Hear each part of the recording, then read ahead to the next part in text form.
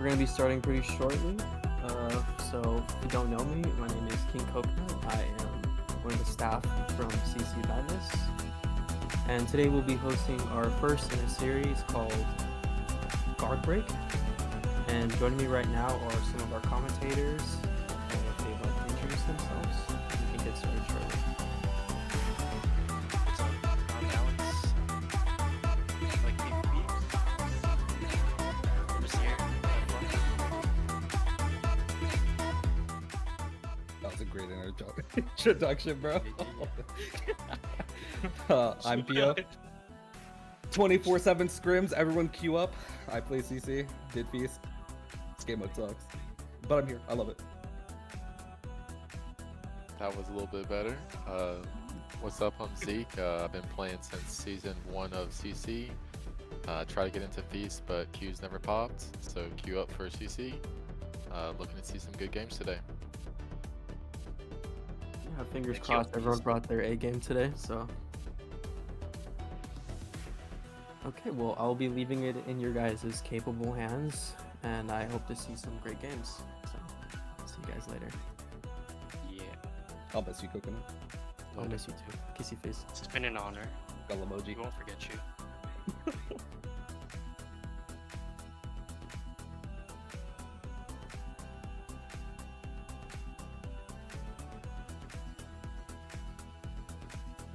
What if we want to respond to you? Now I'm gonna sound like a schizo. Wait, can they still hear us but not hear you? Yeah, yeah.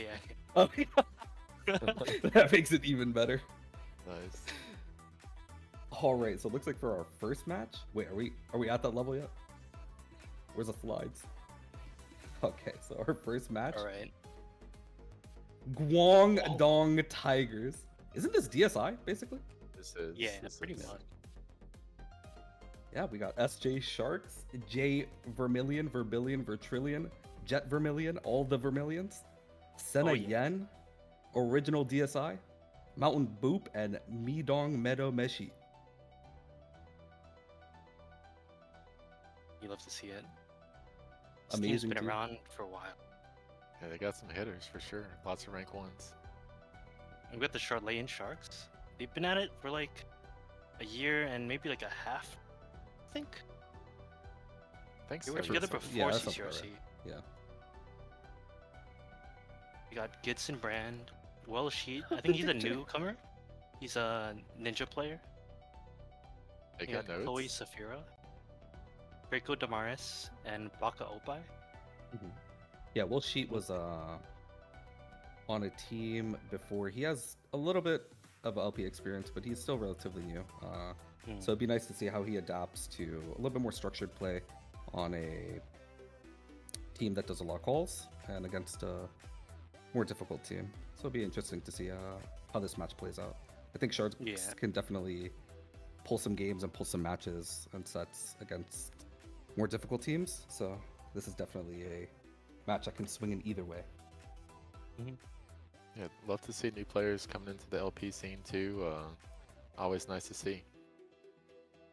Yeah, Well Sheet was on Not I'd Rat in the Rookie Rumble, I think. Yeah, I think so. I think he did pretty good. Wait, did he play? Yeah, he was on Ninja Oh, he did? on Not I'd Rat. No kidding. I don't remember that. Hold up. Bro.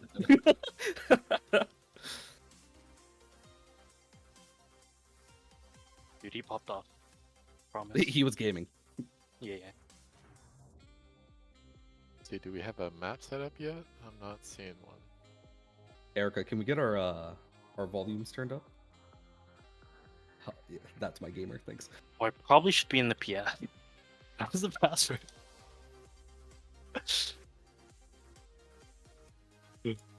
Oh, it looks like the first match is going to be on C9. Okay. The Everyone's classic. favorite.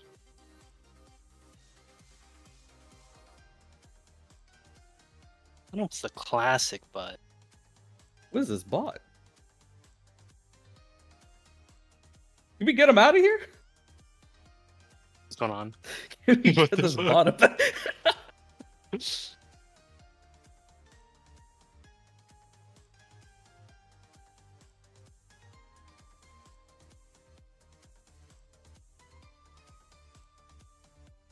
Yeah, it looks like we're going to. Are these comps locked in?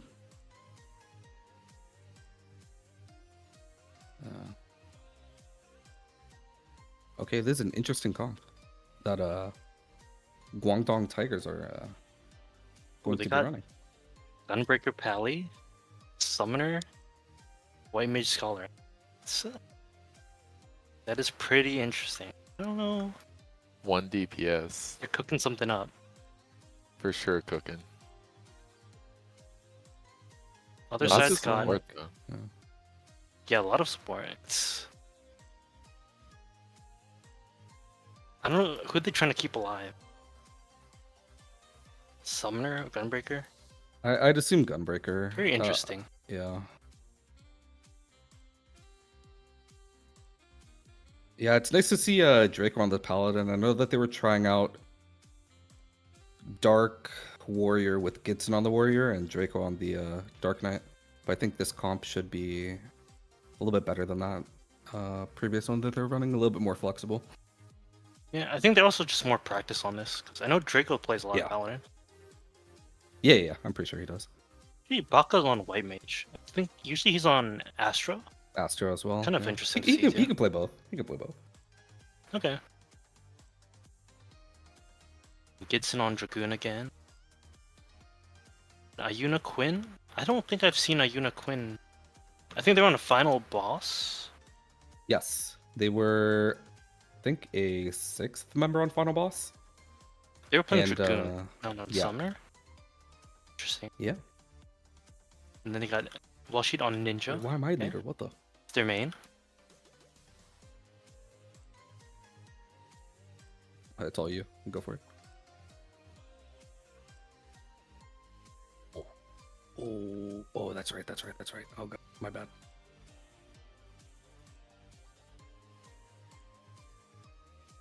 All right, looks like we are starting off C9. Wait, pass it back, bro. Everyone's favorite map. Getting thrown into the air. There's no warriors to do it. There's no guard breaks. All right, perfect. Bro, And we tournament's shall called Guard Break? begin. nobody's running a guard break. True. How are people gonna get thrown into the wind? That's what I'm Yeah. saying. What's the First point game of the playing tournament, no C9? guard breaks. Yeah. Why play C9 if you're not gonna do anything? Oh, look at Yeah, the let's find out. portraits, though. Oh, Guangdong Tiger's looking cute. what did Umbra got? What does the Sharks got? Okay, well. they Okay, we got a little bit of a mismatch.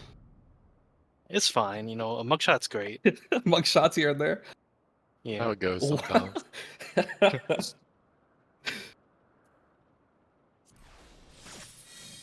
I think a key thing to look at this, like in this game, is definitely how Astra's gonna pilot, or Guangdong Tigers is gonna pilot this comp. I haven't seen anyone run anything like this, Yeah. so it's gonna be an interesting to see how they cycle front lines and use the Scholar Shields along with the Paladin covers. And Gunbreaker's got red or DPS junction. So they Another got some DPS. extra damage coming in.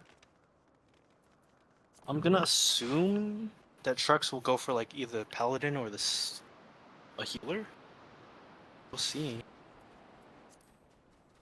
Yeah, it looks like Guangdong Tigers, both of them, Charlene Sharks as well, just holding back, just feeling it out. First game, definitely some cold feet. Draco's acting as that front line as well. Go ahead and They're just gonna engage. jump. Oh, they're just going. Wow. They're going fast.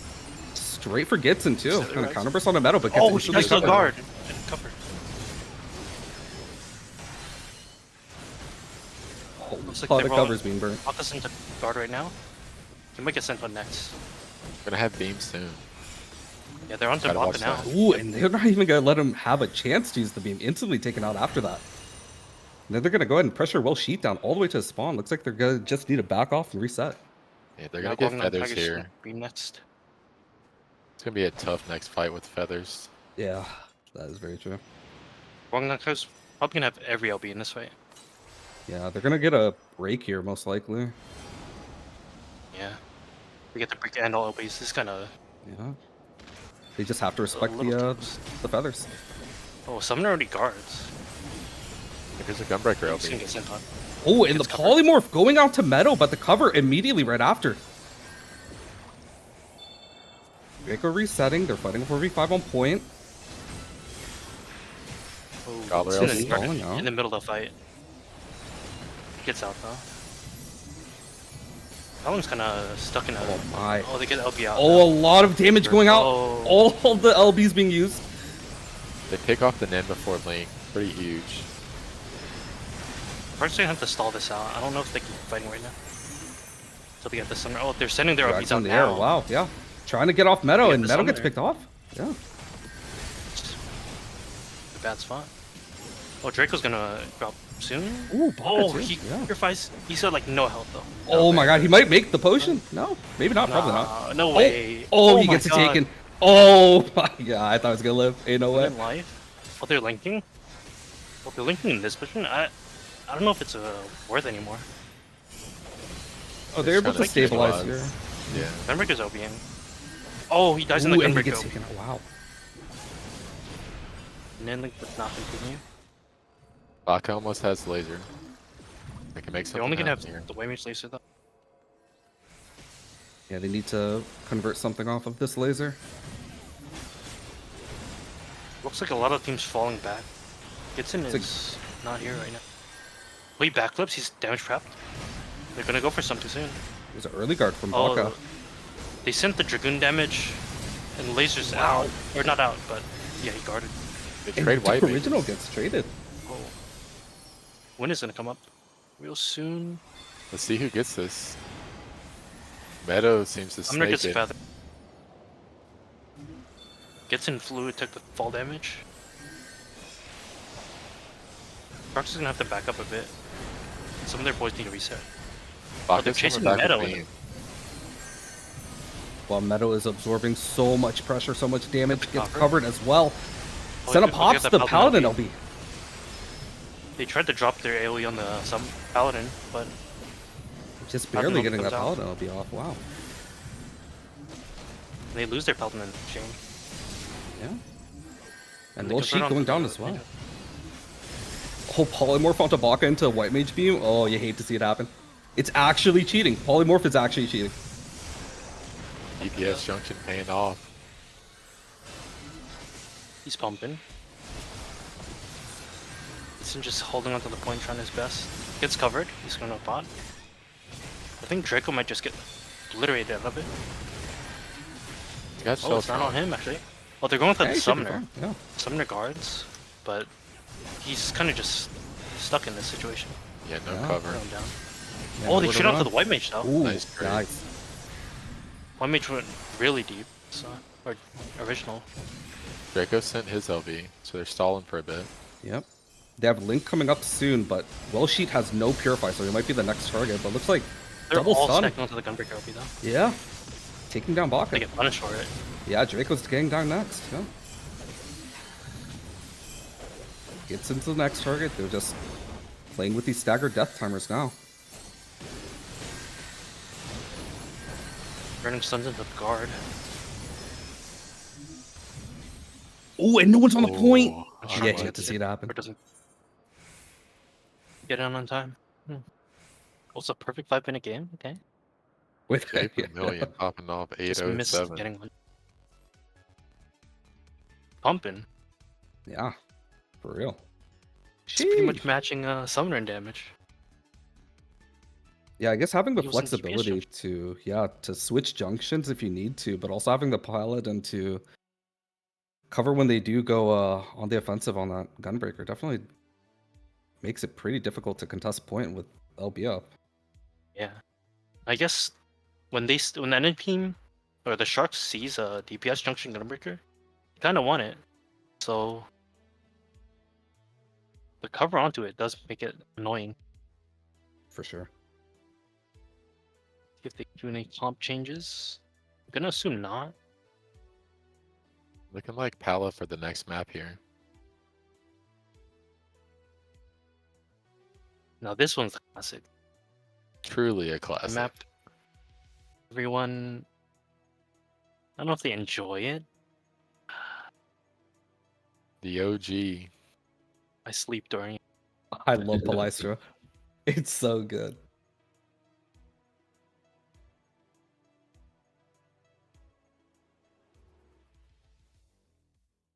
Now I wonder if Charlene Sharks has any answer to this comp.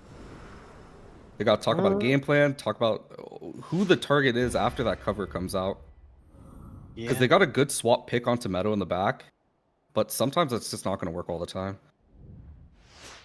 Yeah, they had some trades that were pretty good, but they just it looked like they didn't know what to do after that. Yeah, they did pretty good trading, and some attempts to drop onto the Paladin got out of guard. Yeah. Just a Some of little them- tighter on the LBs, and they would have popped the Paladin with the stacking on damage.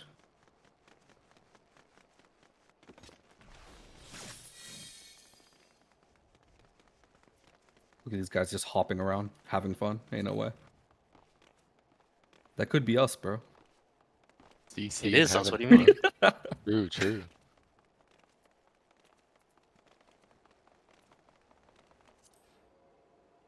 Now, on Palestra, I wonder how this opener is going to play out, especially with this undiscovered comp. They went for the Dragoon last time. We'll see how that works this one. Yeah. Looks like Sharks posturing up a little bit. Not conceding all the space. Jet Vermilion. The 4 runner on this comp. Looks like Mountain Boop's going to walk up, spread some dots. Early guard going out. Baka gets polymorph at the start and instantly exploded. Wow. Huge burst. No counterburst coming out just yet, but looks like Meadow's taking some damage. Sun goes on to Jet Vermilion, but no damage as well. Wow.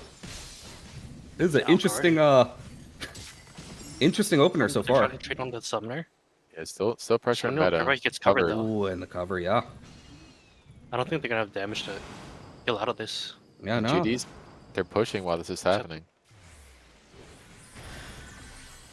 This fall regrouped after the cover. Looks like Oh, the the thought. Summoner is yeah. resetting with full HP MP. Yeah, looks like they're going to go ahead and start the engage now. Draco gets polymorphed, White Mage Beam stunned.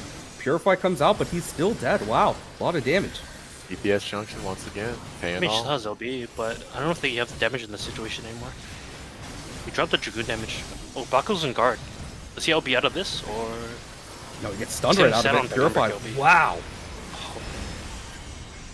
Oh, but they Scholar sent their LB too. damage LBs, but they didn't And instantly onto the Summoner, burn a too. bit.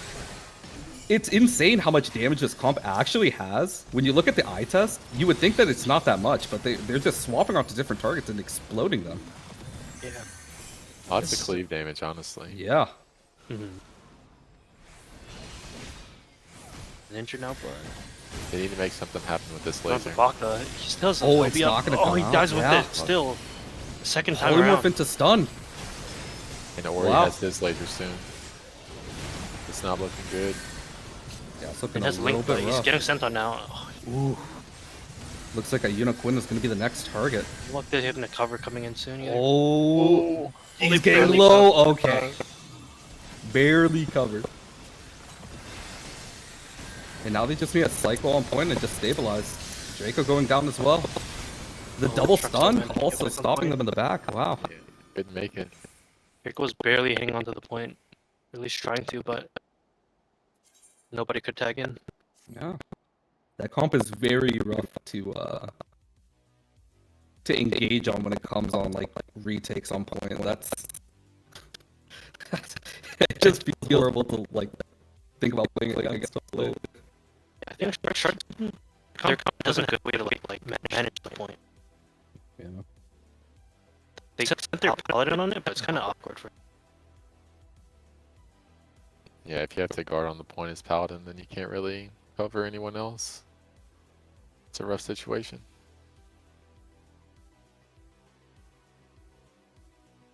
Indeed, a Haps moment.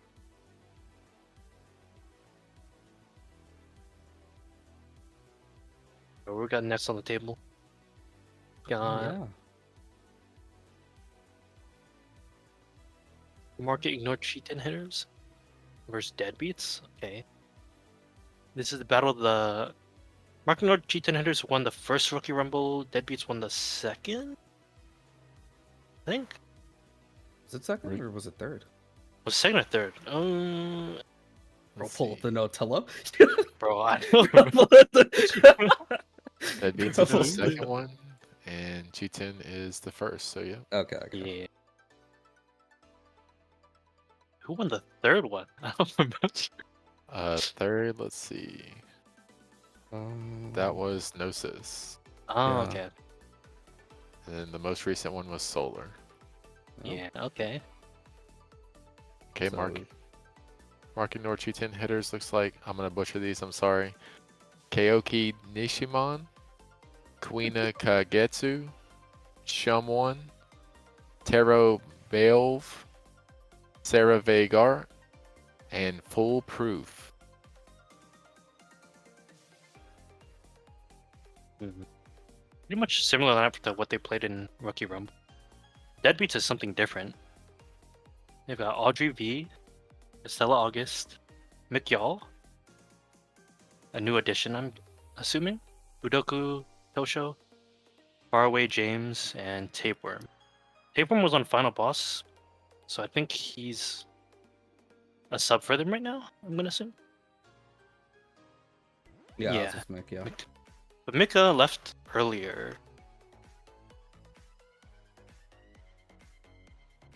So two great teams, two similar but somewhat different comps. I'm sure it's going to be a great game. Did we got the PF ready? You can look at the comps right now. This is what they're playing. Deadbeats is coming back with the 4 red, 1 white mage. Kind of a the full send, I classic. think. The classic run them down. Yeah. Well, they've got all melees except the white mage too. They played this comp in Rookie Rumble as well, if I recall correctly. Same exact comp, no difference, no changes. They got Tapeworm on Dragoon now instead of James. Oh yeah. Wait, they have Allura in right now?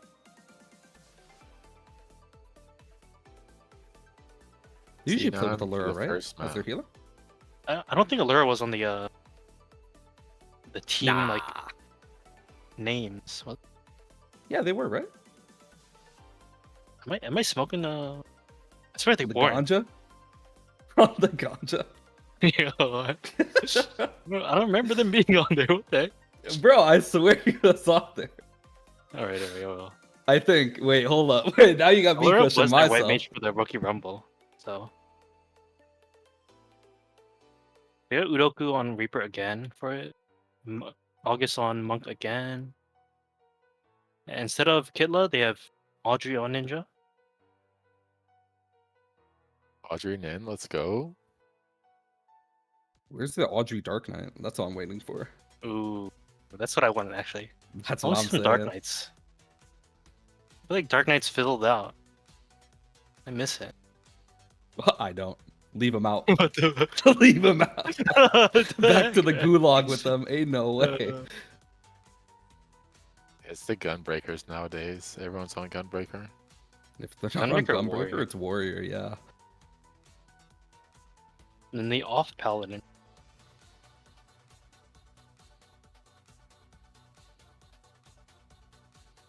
Who Mark didn't no accept? cheat hitters got Koyoki on White Mage, Seto coming in as their sub, I think.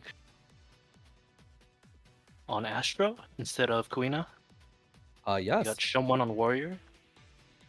Foolproof on Summoner and Sarah Viegard on Monk. I think it's pretty standard for what they've played before. Yeah, it's pretty accurate. I think. Gosh, who's missing? Taro, I think yeah. Taro's usually on Reaper or Yeah, he's Summoner. usually on Reaper. Yeah. But instead they have Sarah on Monk here. Yeah, on Monk. I think the burst profile is going to be a little bit different. in this comp compared to what they're used to, but I'm sure that they're able to adjust to that. Mm-hmm. We've practiced around this kind of comp for a while now, so.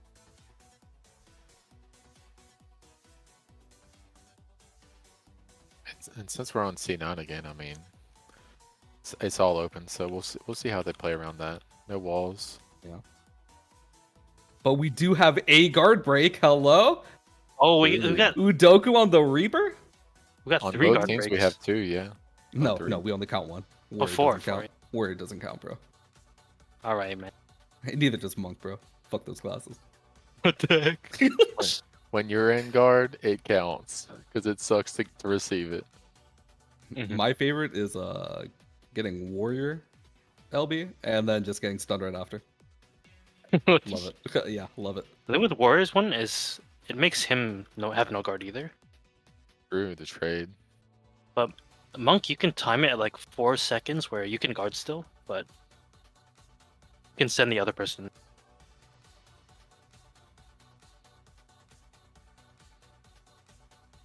I don't know if they're gonna do it. It sounds funny. A little hee hee I'd be ha ha. down. Yeah, I'd be down. I hope they do it. It's, I'm always down. I want to see some guard breakage. if there's no guard breaks into wind, I'm gonna be disappointed. Same. Everyone is saying lock it in. Everyone's locked in, ready to go for this game. Deadbeats is so ready. Let's go. We are so back.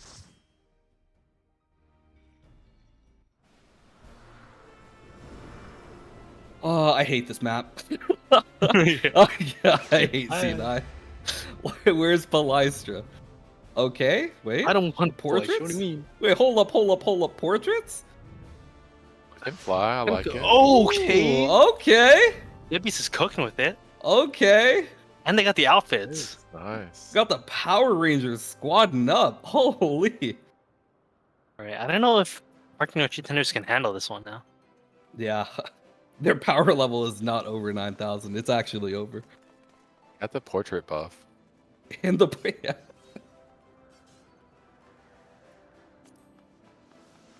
I think a key thing in this match is like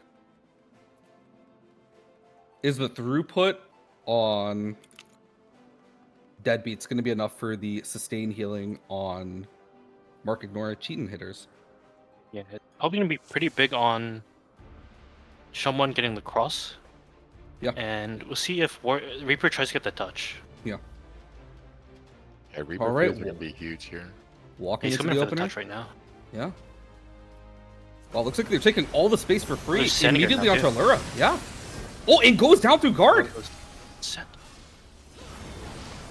Holy. someone in guard now too. You got the macro out. Oh, Well, they're on to August August. pretty pressured, yeah. He's Pure got no Fight MP. being used. He's no riddle. Pure Fez dropped. He should be fine. gets the going ground all the pound. way back. Yeah, all the way back to reset. They're pushing. Pushing P. On to settle right now, but I don't think they can stop it. Yeah, he should be relatively safe on And that. Deadbeats goes for a reset now. Yeah. Looks like it's Fear's just up. Gasol at the fighting. But Udoku's just kind of in there, solo. But nothing's happening. Oh, they're on to Worm. Have to watch the fear here. The That'd be Reaper real OB's cool. up now. White Mage will be coming up too for Koaki. Ooh, Fear being used. Go for the Fear. Oh, and it's onto Ash. massive. Polymorph and Oh. stunt to secure the kill Right. and a counter kill too.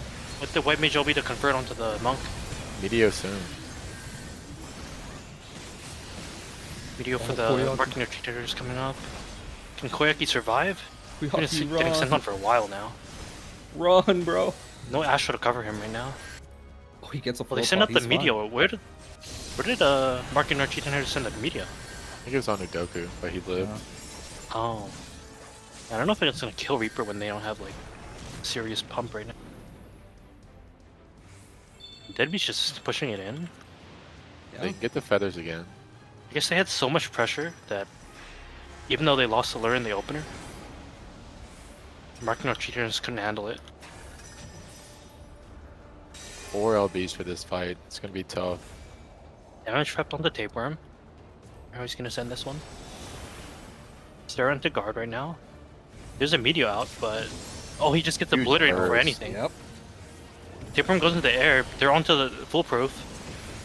He's in guard right now, but there's no real way to cover him besides the healers. Yeah, He gets healed Meteor. back Gets up. Yeah, Meteor, Meteor yeah. as well. But he's Instantly deleted demolished in after the that. Meteor. Just way too much pressure coming out from. Audrey still has That LB beats. too, waiting for the lane. And they got White Mage OP still too. Both sides of White Mage OP. Holy. Ooh, Run up the settle with down like to the back too. Yeah. just pure damage. It's a They're constant linking now. stagger. And then Throughput White is Mage. insane. And they go the Ooh, White Mage OP Shadow onto the down. Warrior. Monk no Purify, no guard.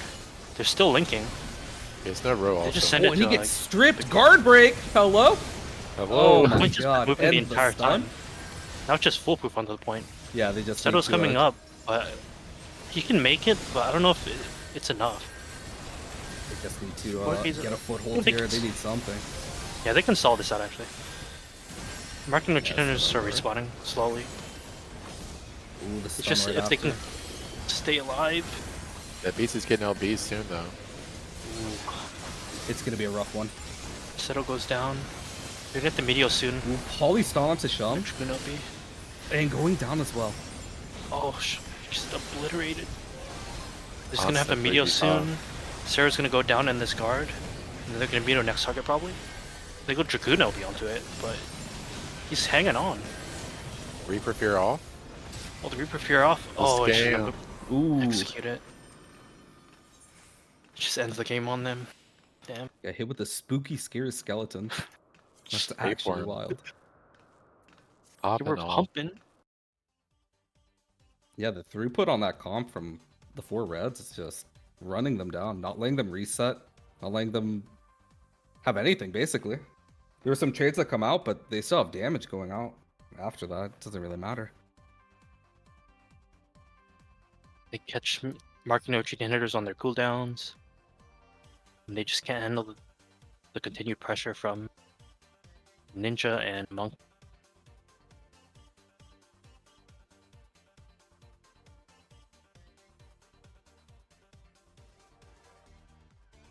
What map are they gonna choose? Lystra. Choose think they'll- Palystra. I think they're gonna choose like Volcanic or something. Yeah. Yeah. It's the kind of map that You think Discount so? wants. Volcanic or Clock probably. Yeah, I would assume Clock. If you're playing Summoner, those are the kind of maps you. I think, like, having this warrior, they need a map where they can control space. Maybe they're not, like, super comfortable on C9 on it. Yeah, Xenon's pretty open. Yeah. Like, controlling engagements and choke points with the warrior and lining it up with some cleaves. Probably what they're looking for. So maybe Clock? Hopefully. Maybe C9 again? I doubt Xenon again. We It's love kinda- C9, bro. Hello. What do you mean? Kind of got murked on that. I don't know. They want the run back. You know what? I respect it if they do the run back. I feel like Xenon's okay for their comp with the Astro Summoner LBs, but they were just staggered most of that last game, so they just Yeah. couldn't recover. Thing is, they're playing like 3 range, so the corner on C9 is. Oh, they choose C9 again. They're run running back? it back. The run Okay. back, let's I'd go. love to see it. I respect it. I respect it. No repeat maps? Oh, that's right. Oh, yeah. Never mind, guys. Oh no! Palystra it is. Palystra it is. Oopsie. Wait, Palystra? What the heck? False alarm. I Palystra's was just standard, I expecting- guess. Yeah. No gimmicks. Just straight up 5v5. Push pull I- and run I it. guess people don't like gimmicks. I love them though. I love fighting on the mats. The Matt Warden. They have warrior. Why aren't they going maps? True. Think of how many flips you can have. Listen, Deadbeats don't have a warrior. They only have ninja for it. Monk too. Media's good for it. Yeah, lock them down, flip them.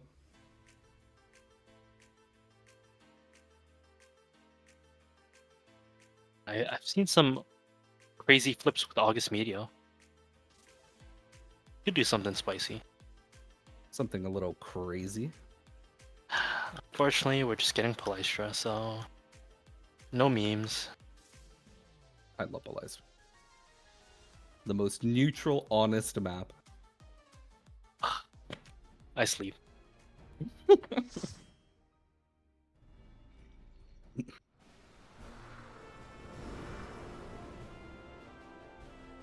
See the portrait game. This marking no cheater is something better. Oh, they just have a mugshot now. It's oh no. Oh, but Fool's got. Oh They're my packing god, something there. damn! You see that? Holy! And Deadbeat's coming back with the Power Rangers. My bad. I'm foaming at the mouth right now.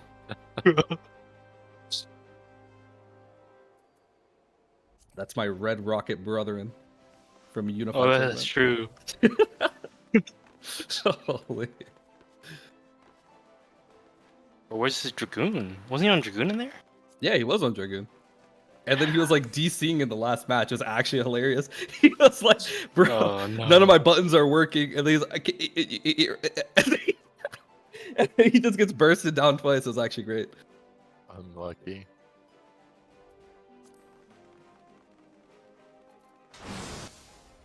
All right. So- And it is time. Let's see what kind of opener we get You this get on the time. touch. Koiki's coming out, running at it. Oh, Wow. they go fast into Allura. Pops the guard too. They're sending there's no everything on response, Koyaki in exchange now. But it's just way too late. Yeah, no response for that. Looks like they're still pressuring around, spreading damage, trying to run Koyaki down, get stunned. He has no Purify. He might go down here. Udoku and Tape were holding onto the point, but Udoku's Ooh. dropping real low. And in the Udoku back- goes down. Ninja and Monk are still onto Koyaki. He's buying so much time. This is huge. And he doesn't go down in the end. Wow. They just got set on point. Ninja goes in guard. I don't think there's any threat for Audrey here, so it's fine. Reaper's was coming kinda back deep, with but- LB. Beam up too. Oh, This they fight's rip being- it onto Fool. Oh, wow. Ripped onto August and Allura. They get obliterated. So now Meteo's in too. Reaper LB's probably not coming up. Sarah Vierka has gonna Meteor, but I don't think they use it right now. There's no reason to. Yeah, they should. Well, they just do be able to send it start onto this the guy. tapeworm yeah, onto anyways. tape. Huh? The hard stagger. They just want to keep pushing the stagger timer. They're not gonna rat them down. They just got fast break, take up space. The next fight's beats gonna be come around in the with- 84. Yeah. Debbie's gonna come with all all LBs, but They're gonna contest it. Tapeworm's a little late.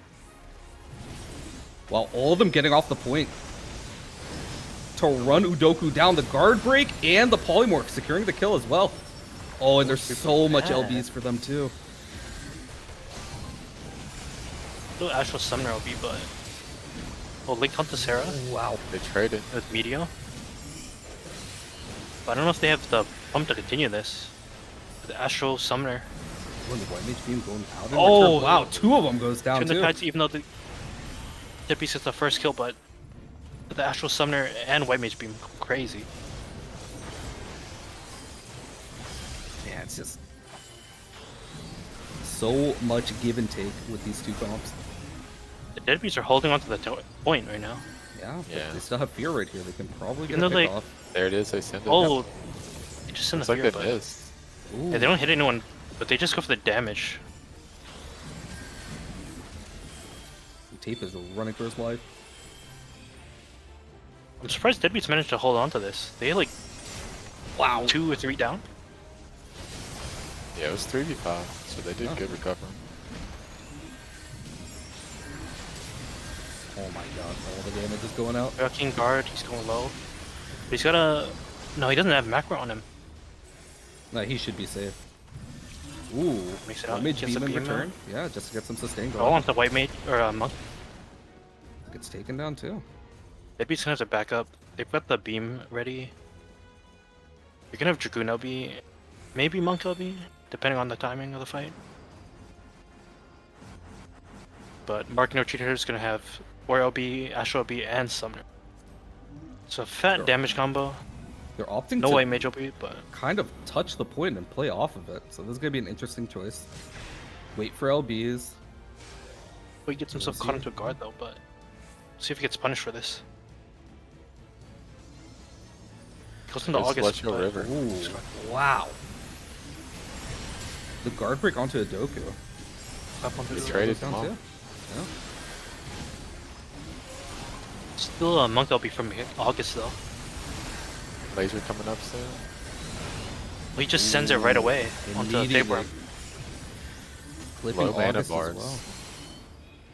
Tapeworm gets out though. August is running low.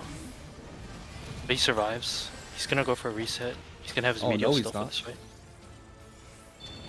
He's getting ran. Yeah, he is. Quick, Reaper he Fear, gets sent wow, on. Kuyaki gets absolutely destroyed. It's a big Sphere hit. link. Meteor Video out. onto Sarah. Well, they whipped the link, but Ooh. can they keep him up? Oh. I think they can keep him up. He's got roll up. Wow, he actually escapes too. God. They're pumping on to and someone next. I Shumway- don't think yeah, they have anything Shumway for getting him. caught out. Yeah, Gets- Nice big. foolproof as well. He's I probably think gonna he'll go down here. too. I don't think they have anything to cover him right now. Yeah, it's no purify, no floor pot. Lur's just pushing the point while this fight keeps Ooh. going. Oh, they convert into Udoku actually. Going a little too deep for that one. Yeah, greedy 4v4. But the death timer's just ever so slightly better for cheating hitters. Tapeworm going down as well. Foolproof getting a polymorph, going down very low, gets taken out as well. Traded. Hot LB's coming up soon. That's gonna be a huge fight. Ooh, Audrey going down. There's still gonna be the Astro and Summoner LB to complete this when they come back up. Yeah, guard strips too. Udoku and August. Oh, and the Reaper Fear. Point doesn't get moved at all. And the Reaper's getting pressured on their LB. And He doesn't Meteor get the out. single stack off. They go for the It Summoner goes up Astro in the LB. air. Drops it onto Fool too. Fool's Oh, gonna Fool probably gets die here. Way Yeah. too fucking Nice deep. big. He ifrit it in. Polymorph onto August. August is probably gonna go down here as well. Got the row running. In guard. In guard it. He's still getting stunned though. He's still sitting on him. Ooh, oh my god! Gotta go The down here. heals! Oh my god, he's living. And Wait, they they sent a forced the meteor on him. media. And they forced the media. Oh Good my. lord. Audrey has Satan soon. Yeah, but quick is LB. True. He's gonna send it onto Oh wow. Audrey. No link coming in here. Udoku in guard. He's got a port out. Now they have Tapeworm in. They're doing a decent swap, but Udoku's back in. Oh my god. It's crazy. Oh, they barely managed to hold on the point. You just need to rotate here. He's recovering. Yep. Need to stabilize these deaths. Recoup I some thought the resources. rotation looked good, but Stone Udoku has went LB. back in. And Here we go. Now they're getting back into it. August on point. Purify's going down right now. Straight into guard. Gets guard stripped and Straight stunned right up. after. Death timers for deadbeats is kind of terrible now. I don't think they can hold on for another like minute. Not Yeah. looking good. Allura It's just going down Udoku too. left. And Meteor soon. It's not looking good. Goes for the fear to buy some Fear, space, yeah. but he's just gonna die in it from the animation. Can Tapeworm make it on? I think Tapeworm makes it on, but Oh, gets stunned from the Oh, white he mage made beam it. into a poly Meteor immediately. dog. he's instantly meteored. Oh my. Catching Just- all the unpurifiable CCs. Momentum the whole game. Oh. Pumping. Okay. Foolproof and Tapeworm. Oh, Settle's pumping. 930. Giga, yeah. He did... he did not get punished that, unfortunately. Lowest damage take. Oh, yes, he was, actually. Classic Astro things. Look at Astro, please. I'm Bully looking it at in Astro. submission. Wait, hold up, huh? Huh? Wait, what? Yeah, looking Astro, yeah. And the next map is looking like Clockdown, our first one of the night. Okay. We've Oh, had C9s and Palestras, but no Clocktowns. I can't wait to see the Yojimbo. I wonder if there's gonna be any comp change to this one.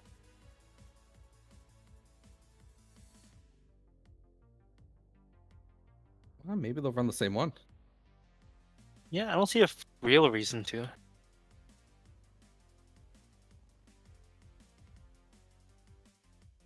Interesting they want to play Clocktown into Warrior, but it's not the biggest deal.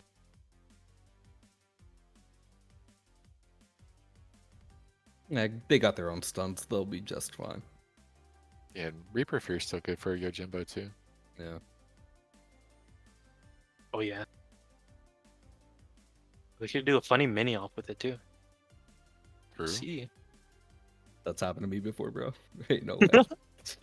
Oh no. PTSD. Fear into the mini into just a stun. See you later. Respawn timer. It's crazy. Now they have to pull it off. That's what I want to see actually. Fear into the mini. Yeah. Oh, Fudoku doesn't do it. Man. I want a refund. It's Yeah. fine though if there's no he's coming. At least we're seeing What- some what's- guard breaks. Yeah. True. And real. I want to see some funny gimmicks, that's all I'm saying. We had Palestra that was now we got Clock down there. Where's the Saiyans? Oh, the Sands. Do people like the Sands? How do people No. feel about it? No, they don't. I love the Saiyans, but I lose on the Saiyans constantly. It's tough. It's a tough map, but it's so fun. Just delete sand, bro. Just delete it. What's Get wrong it with out of the the sands, rotation. man? What isn't wrong with the sands, man? Top 3 map through.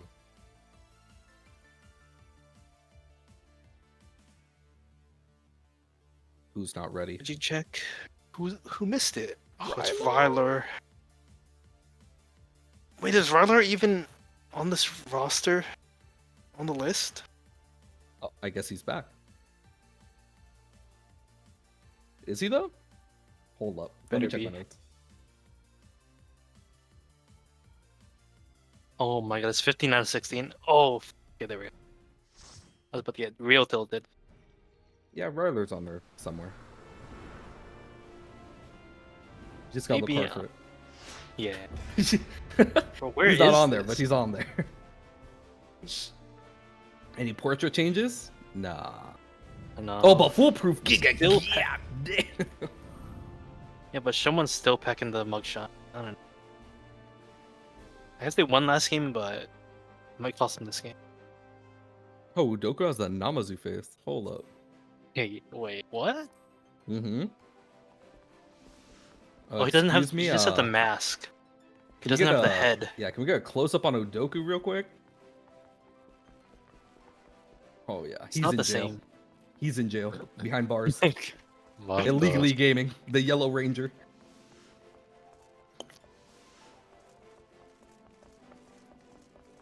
Not the same though. You need a full Namazu head. You can be the lizard with the fish hat. The lizard with the fish hat. True and real. Let's see which doors are going on. Standard split. Nothing crazy. Oh my Mark god. Norris going hard in the mid lane.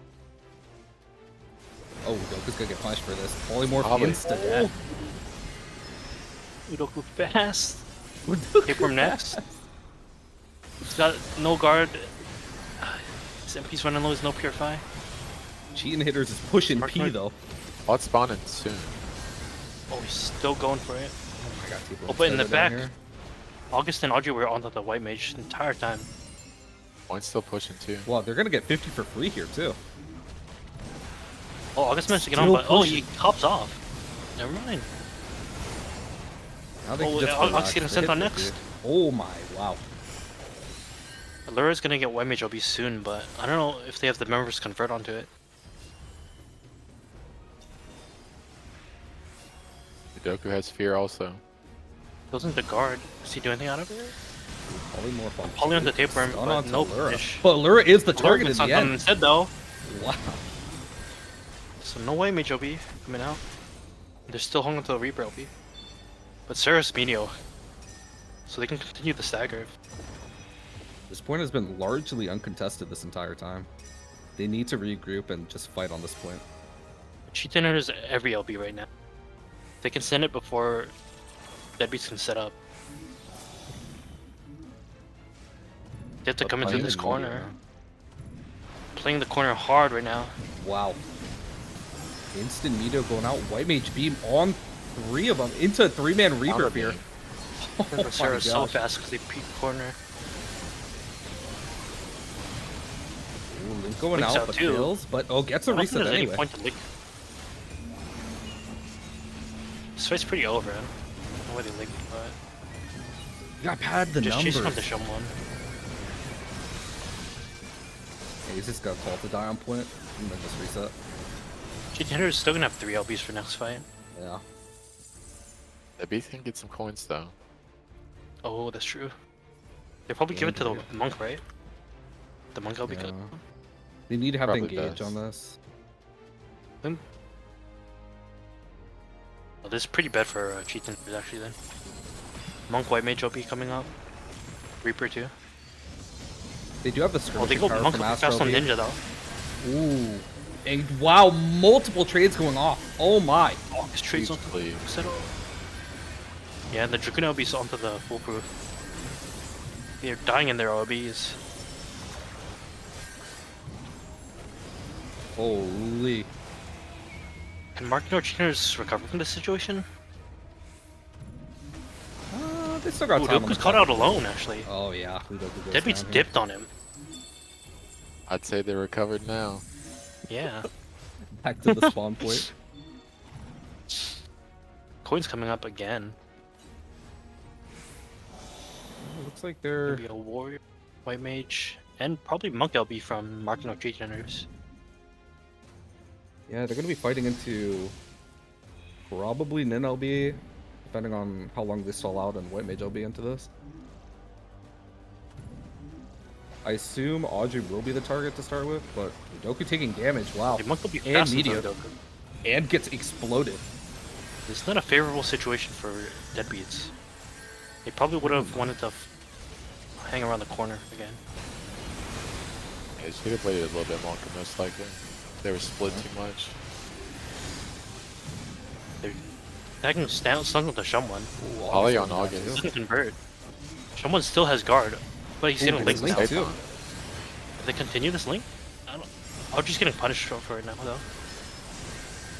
They don't continue the link and she's still getting sent. Goes into Purify but dies through it. White Mage has no MP, Allura. Are they gonna punish that? Looks like they have some people on it. Tapeworm goes into the Oh. air onto Drops it White on. Mage. Yeah. Koyaki. This fight is so spread out. Yeah. Yeah, a lot Koiki- of little engagements around. He gets chased onto by the Tapeworm and August, I think. 10 seconds He left. goes to guard. I don't think he's gonna get punished in it though. The 3-man stun is huge onto It's the probably a Audrey reset Udoku. from Mark Norchithan and hers. I don't think they can continue this. Yeah, Oh, they send the don't Astral need OB anyways, actually. And they The send beast has low Phoenix. mana. to. Ooh. Oh, that's true. They Go should medial be able now? to keep the pressure up here. They The got the Phoenix numbers. is big here, actually. Yeah. White Mage will be coming up. It's polyed.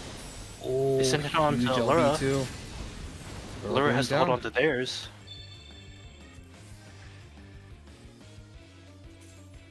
Brooks on the back resetting. Udoku's just holding to the point. Goes for a fear to buy some space. But now Audrey's resetting in the back. But she's getting ratted. Oh, Koyaki. Can going anybody help extremely Udoku on the low. point? Taper makes it onto the point. And Audrey is next. But they both get roared. Who's gonna hold on next? It's LB to stall here in a second. They send August onto the point next to hold. They need to Tapeworm and cycle Audrey are off. both gonna go down, I Oh. think. August is. Oh, they're getting pushed off the point. Allura's in guard. He got pulled off earlier, but White Mage does the LB White going Mage out. LB onto the Monk? Yeah, they're just That looking doesn't for convert some into type of anything. sustain. They need Yeah, I some guess they're type of just trying to hold foothold. on. Yeah. Meteor's Ooh, coming calling out out. to August too. You know. Clipping both White Mage and Monk with a beam. Well, they go to Oh Meteor onto my. Udoku, I knew Doku's gonna go down next. but Oh, it's just hold so on a much little bit. damage. It's so hard to get a foothold in this. Oh, August gonna go down. August too. You can't LB. Just Yeah, getting pushed. tape LB to try to just get something going.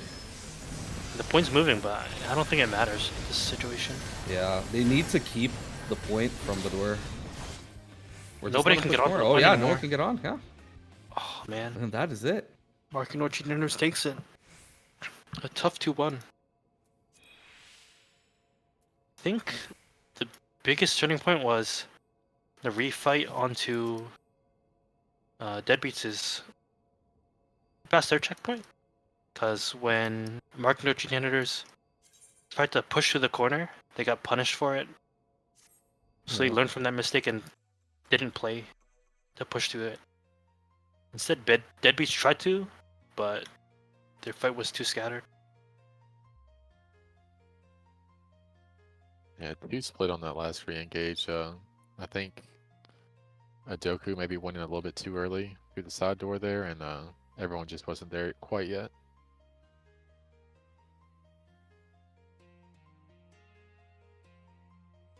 Still a good match. A lot of guard breaks. You'd love to see it. Love to see it.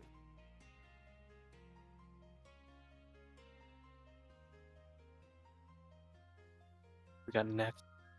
Yeah, who we got Got- next? The Bronze Citadel. What the fuck is that name? We're Snosis. Okay. So, Hold up. I think that's the Stooges, right? Yeah, it is Stooges. So that's gonna be a Raven, Merlin, Atreus. Shit, who else is on there? Bike and Brycey Bryce. Yeah. and Wait, hold on. Choices. Where's our slide? Merlin, Bicycle, Raven, TJ, and Bryce. Perfect. all right. I'm gonna have to bounce. But we got Amadeus coming in Oh, that's right. You're in there. for me. You're in the next one. That's right. Good luck, good luck. Good I luck. might Don't be the die, next bro. one. Yeah, I'll try. I'll try not to die. If you die, I'll roast you, bro. Yeah, do your best, Whoa. other Alex. Respectfully. Yeah, respectfully, respect. Respect. You know what? Nah, don't do respectfully. Go crazy. Don't On do the it. Say cast. less. Say less. Oh, the PF is up? Okay. Okay, so we're gonna get a look at the bracket with our little peepers. The PF is up though. Yeah. It is indeed. Okay, there we go. All right.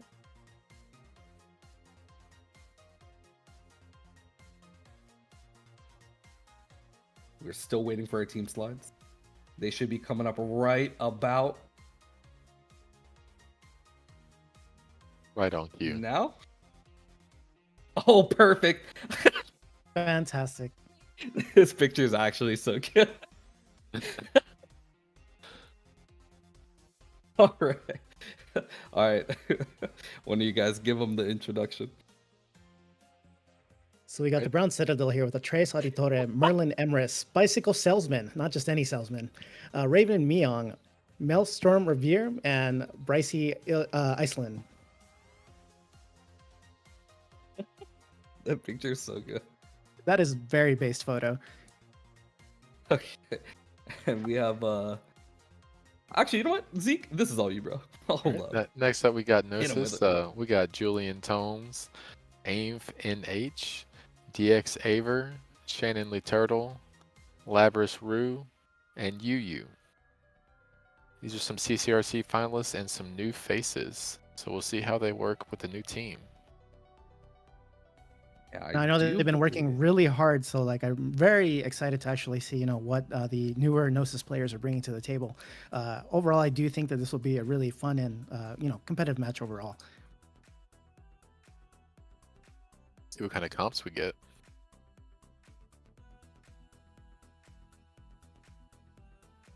Looks like so far Gnosis seems to be almost locked into what looks like to be a double healer comp, and then we also have on the Brown Citadel team, it looks like we're running in regards to a Paladin and Scholar combination. And a dancer, our first dancer of the night.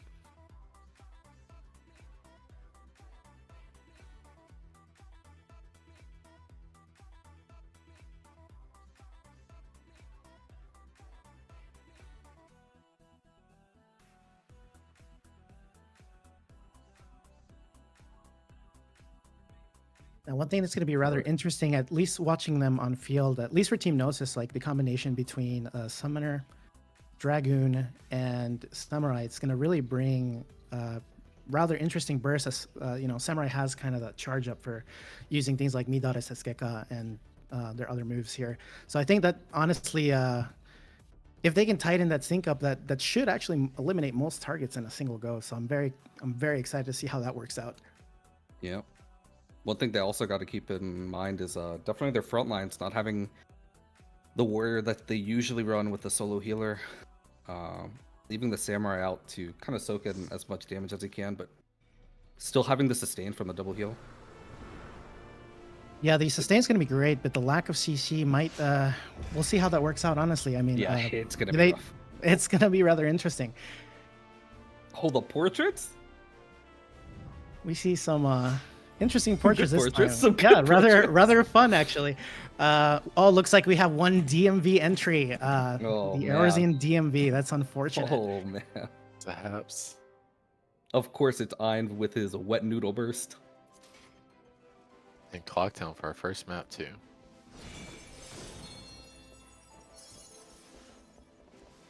Gonna be interesting to see how they posture up for this first opener engagement, especially considering that Scholar and Paladin is going to kind of nullify a lot of the pressure that they're looking to throw out with Samurai. Oh, absolutely. It becomes a situation of can they put enough forward pressure, or is the Paladin going to nullify that simply by putting the pressure from coming from the back and it being able to basically have someone go from low resources to full resources just by a single move. Yep. And they're opting to give all the space in the middle. Not sure about that, but So it looks Body like jumping Envy up. was pushing up a tiny bit, but now they're activating the resources. Looks like they're prepping to use Midare Sesukeka. Immediately Looks like off the Raven. everything's on Raven. Wow. They did not get him up. He actually is in a very solid spot. Freyas also just defending everyone on the field. It looks like they swapped over to Maryland. Merlin getting removed off there. Yeah, that poly is a fantastic, finishing tool, or basically a secure tool. Looks like Envy is putting a little more pressure on the ranged classes. Not exactly ratting, but just basically ensuring that they keep some distance so they can try to secure a secondary kill here. Sparrow looks like in trouble though. he's so low, but just Exit. barely able Oh. to escape. Yeah. So living by the mantra of playing your life, looks like he's going for that standard elixir and no one is challenging that. So he's going to come on in with some damage. Looks like there goes his flip and he's posturing up. Looks like Bicycle Bicycle Salesman. Salesman out of guard is going to be the really target, and there low, he yeah. goes. No cover. Cover's just coming back up right now. So as soon as Chocolate Kitten's getting pressure, we should see cover coming out here. So let's see how they play around that.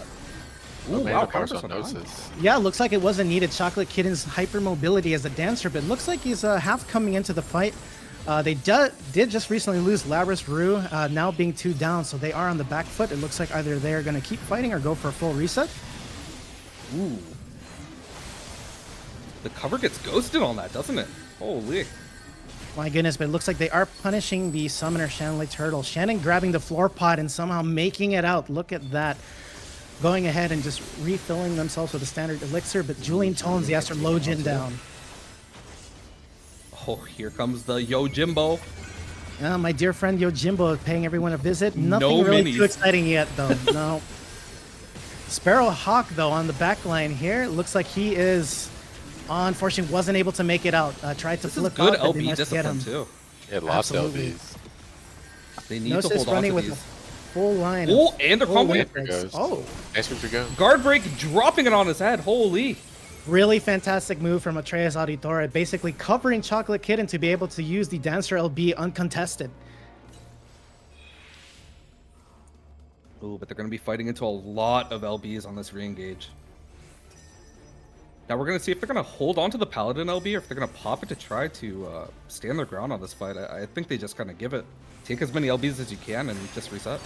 Well, the biggest thing would be Julian Tomes' LB, which just went out as a big damage buff to go ahead and use Sparrowhawk's Shatter, along with a huge combination from Shannon LaTurtle as well. My goodness, they took 2 people out.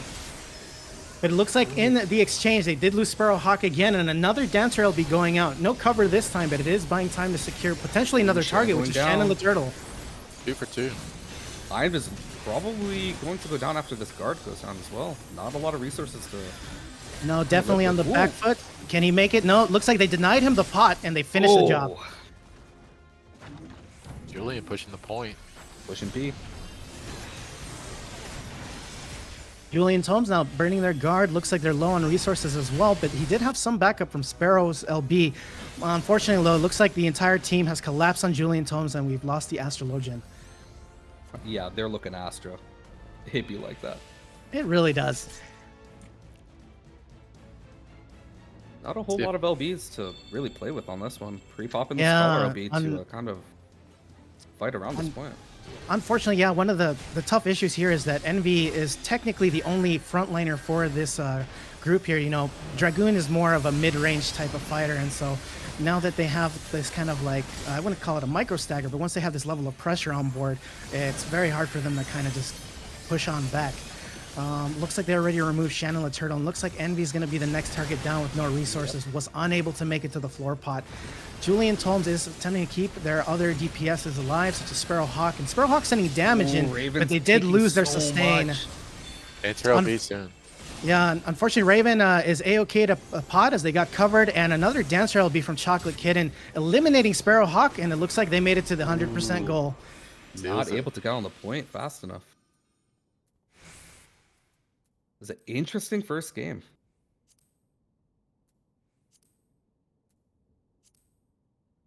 The most interesting thing with this particular map, it's very interesting how quick, you know, once momentum starts picking up, how much it actually picks up, and there's almost no way to stop it sometimes, depending on the team comp. It also on like crystal positioning, sometimes when you're in a really awkward area, those doors do play a big factor on how quickly you can reset and get into the fight, and different engagement angles as well. Yeah, with Yojimbo or the eye as well. Yeah. Really throw you off. It's almost like the sand map, only it's better than the sand map. So it looks like with the end of this particular match, there has been an opportunity for comp changes, none confirmed from Brown Citadel's team, and we'll see if Gnosis has made any changes. And as well, this puts the map pick on Gnosis's side, so the ball is in their court for picking a map. Looks like Gnosis has confirmed no changes to their composition, so they'll be running as is. And let's find out soon what that new map's going to be. Lystra, please. Yo, can we get a Sands? Wait, actually, hold up. Yeah. Let's go to the Sands. You know, that's probably my favorite map. But you know, I'll just call it the Las Vegas map at this point. But it is definitely fun, especially if you're playing melee. True. I feel that. But it does look like Sands was banned, so this map, it cannot be used. And it looks like we're waiting on that decision still. Oh, yeah, that's right. Each team gets a ban, right? Why didn't they Correct. tell us what bans were? So in this particular case, the two banned maps are Volcanic Heart and Sands. Wait, how do you know this? Wait a minute.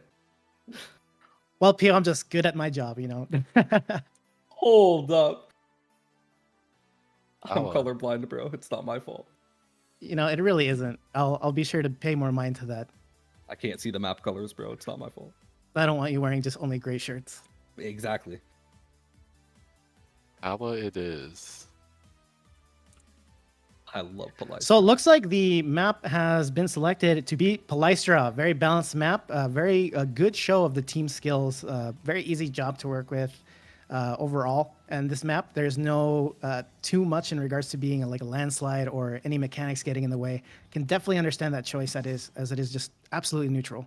So no Sands today. I think a lot of us are a little sad on the inside, but that's okay.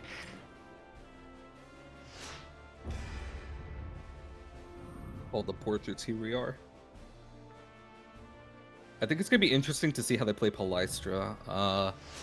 Clocktown's a little different in terms of how that like this comp like takes space and functions, especially since you don't have a huge area to take up. Especially the way that they went, since they went like straight door, like all 5. But this one they can kind of play like frontline, interim, and then backline, and kind of just take up space and poke in some pressure here and there. The other challenge that Gnosis might have probably faced is having so many different walls and corners to get in the way in Clocktown, you know, with castings getting canceled and stuff. So I think on this map, they might have a better shot at getting a lot more confirmed spell casting done. Mm-hmm.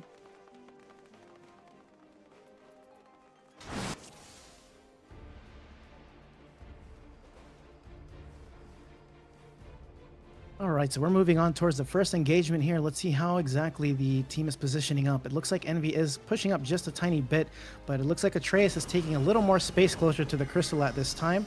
It is now unlocking in 3 seconds, and we'll see how this engagement goes. With a bind on Atreus to start. They're trying to pull a Purify here. Yeah. Rather interesting. Ooh, Looks like Envy dives Merlin. in. Tom's taking pressure. Yeah, Merlin is the target. Merlin polymorphed and removed off of field, but it looks Did like they got a Julian get trade on that? Julian Tome, so a big chunk of their sustain now off the table at this time. Envy with minimal resources, playing his life, however, and going for a pot. It looks like they swapped over to Shannon Lee Turtle, Ooh, and caught are out they going to here. get her? Unfortunate. Yep. Ooh, Raven getting stunned, Purify Guard, but actually gets bursted before it even registers. Oh my gosh. Labrish has laser soon. Yeah, he's resetting in the back, so they're not going to have access to it just yet, but they should in a couple seconds. Looks He's like one of the turning main the corner. He's gonna DPS get a Sparrowheart huge just cleave here. burning Purify, but I believe he was actually able to get up for quite a bit. Looks like he's going back in, though. Not targeted quite yet. Oh, looks like they decided and noticed of the Purify down, so they are trying to focus Sparrowhawk down. Ooh, but the double However, sustain. thanks to Julian Tome saving the life of his teammate, Sparrowhawk positioning on top of the potion to buy himself some time. Bantrail has LB. They gotta watch that. Ooh, Shannon getting deleted off the map. Yeah, it looks like What a moving into snap do an burst. attack, they were able to swap on her. Labris on guard with minimal HP now, and it looks like majority of the team is Dragon in moving in air. on them. Getting nothing from Sparrowhawk's LB, but Raven still has his. Dancer OB going out, Dragoon OB as well. 3 charm, dropping it down. Wow, not a lot of damage coming out from that, though. Envy's Cheatin going up, but unable to use it entirely as the team bursted on him. So they still have the Samurai LB, which is able to put some pressure in. But we'll see if they can definitely get something, or if he's going to have to just send that LB raw. Looks like they're just. So it looks like Gnosis is resetting in this point, and the rest of the Brown Citadel pretty much propping up to go for a crystal break. Chocolate King kind of playing on the speed line and playing it safer than most. Of course, we want this very powerful LB in combination with Paladin. Speaking of Paladin, Atreus Auditory using their LB. Wow. They're able to get Shannon Lee Turtle off the field, and it looks like the next target that they might be sending on is Sparrowhawk, who just used his guard. Yeah, Merlin getting covered for the counter burst, and nothing able to be secured on the side of Gnosis. They did have the full stun go on Sparrowhawk from Atreus Auditore, and that actually finishes the job. Looking at Envy here on point, just trying to basically hold the fort. No Cheatin out yet, and pretty much just holding the field with Bicycle Salesman. Could have it back up soon. Here it is. The Cheatin going out, seeing if he can get Zontetsken. Unfortunately, no one took the bait there, and the Dancer LB from Chocolate Kidding going out. Leading up to a really powerful combo and taking out Envy. Sparrowhawk as well on the back foot here, relying on the floor pod and kind of backing himself up. This One is more point leaving... into guard too there. Oh, yeah. Shannon Lee Turtle on point and guarding. Looks like they were able to actually make it out there, take a little bit of space back. Julian Tomes attempting to hold point and as well basically sustain the teammate, but they do focus Great. down on Tomes, taking him out. This is huge. Labra shooting the laser to basically buy some time and mitigation for the rest of the team that's currently up. Sparrowhawk low on resources, still in the fight no though. resources on Raven either. He's actually going to go down here unless cover comes out from Atreus. with Bicycle Salesman down and Raven, they are on the back foot in the team fight now, but let's see if they can somehow flip anything or if they decide to take the reset. And it looks like they are going to call to die on point. Merlin's just stalling, letting everyone come up. All Hello, right, Merlin finally died? Yep. It took a moment, but Where's we the finally got fighting? there. I want to see more guard breaking. Brown Citadel doing a really good job not hitting Chi 10 so far. Yeah, no, they've been extremely disciplined about that, basically reducing any of their AoEs to not get clipped by that particular Cheetan, and then basically the elimination LBs on that skin coming from it. Envy holding point and moving to the 50 marker now. We are about to enter into overtime. Let's see if they position up or if Envy's just on here without guard. Auditorium meeting him on there. Cheating going out with Auditorium Swapping hitting onto it. the Dragoon too. Very Oh, smart wow. technique from Atreus, using as LB to basically attempt to bait out the Samurai LB. No usage on that Samurai LB, however. And it looks like and that no one gets is... on point. Nope, no follow-up on that, so the overtime is now over. Wow, Raven great popping off. game. Yeah, And a really, juicy. really powerful tempo control from the Brown Citadel. Basically holding on as much as they can, and basically Atreus Auditores covers really proving its use in Paladin. Unfortunately, Gnosis was not able to get the full send in regards to Samurai LB, and I think that might be one of the things that, you know, kind of unfortunately led to the downfall there. You know, them being so disciplined and not hitting that and getting that instant removal.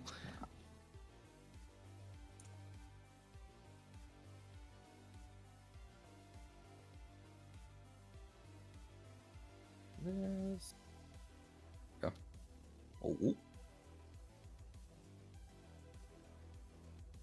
Still a good game overall, though. You know. Oh, hey, it's fantastic and competitive Amazing game. match. I mean, this is what we like to see at the end of the day. Yeah, I'm just glad we have a higher end tournament. It's been a little while, and they've been doing some beginner ones, and that's nice. But I'm just glad that there's, you know, a little something different for the higher ends as well. Weren't you in there, Zeke? Huh? Our team could not make it. Not everyone could make it, so we were just short members. So we're just taking a break. Maybe next time. Bro, but we miss you this time. Well, you have me here at least. Oh, true, Andrea. You know, facts. It's definitely good to have you around again, Zeke. It absolutely was a pleasure meeting you over in Las Vegas, my home turf in that regard. But all in all, those were some competitive matches, and overall, you know, during the CCRC times, you know, that was just a complete back and forth between so many teams. But it is just so amazing to see just familiar names and seeing them on field once more. Overall, really gets the blood going. You know what I mean? Absolutely. I'm just glad everyone is playing LP. More teams are getting into it. For a little while, there was it seemed like a hiatus from most of the teams. Everyone taking break or just waiting on Dawn Trail, really. And with Dawn Dawn Trail Trail. bringing some interesting new classes, and I'm very curious to how that's going to play through in PvP and you know how this might affect the meta moving forward. Pictomancer? Ictomancer. Paint a Good luck. picture of the burst. Good luck queuing any of the new jobs is all I'm saying.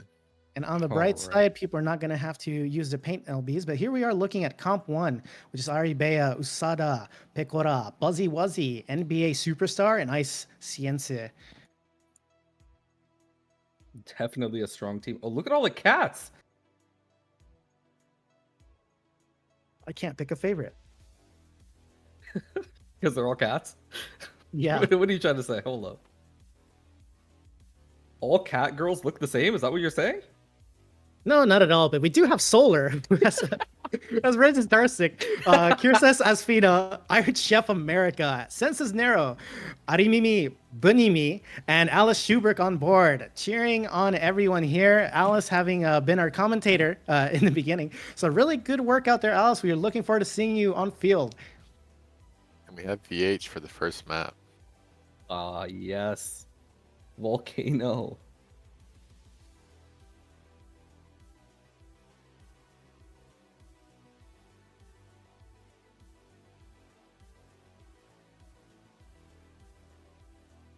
Wait, is Here we this have their it. comp they're running? It looks like that definitely is Okay, it. We have I'm some pretty interesting sure- comps on field. Is Huh. this the Data getting comp? I think Comp 1 just spins a wheel and whatever they get, they just run it. True. Comp 1 special. This is indeed the comp one. Okay, let's see the portraits though. The portrait game is the first battlefield that we have to experience. It looks like we have quite a mixture of here, but one DMV entry here. The Eorzean DMV expanding every day. Okay, we got a big cat paw. That's all I saw. Little nya burst. Cat Squad. Arimimi looking akin to Kate Sith from Final Fantasy VII. That's actually a really cool portrait.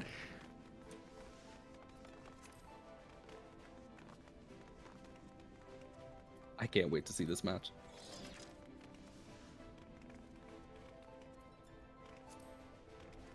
Actually, yeah, this is the first Sage that we've seen in this tournament so far. Yeah, now what's really Hold interesting up. here is a triple green comp with a red mage. So as you said here, Pio, that looks like we might have to be dealing with multiple dots, and as well as the tempo disruptions from Buzzy Wuzzy on Warrior. Yeah. Just when you think you're out, you get a 6k dot tick, and it feels bad. Fair. Ooh, pull going Looking on to to go soon. Alice. Expedience out. Interesting start to this. Just a lot of posturing, a lot of trying to pull guards, pull purifies, nothing yet. Looks like Buzzy Wuzzy has used guard, but that wasn't the initial target. The target being Ice on the White Mage with the guard going out and instead trading off for Alice Schubert.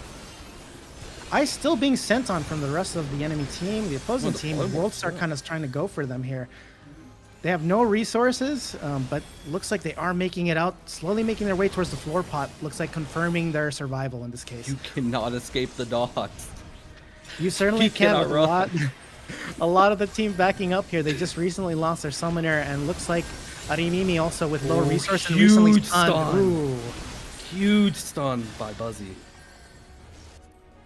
really big disruption to their tempo, and it looks like the White Mage is still kind of trying to make their way out halfway in to prop up for their laser if they need to.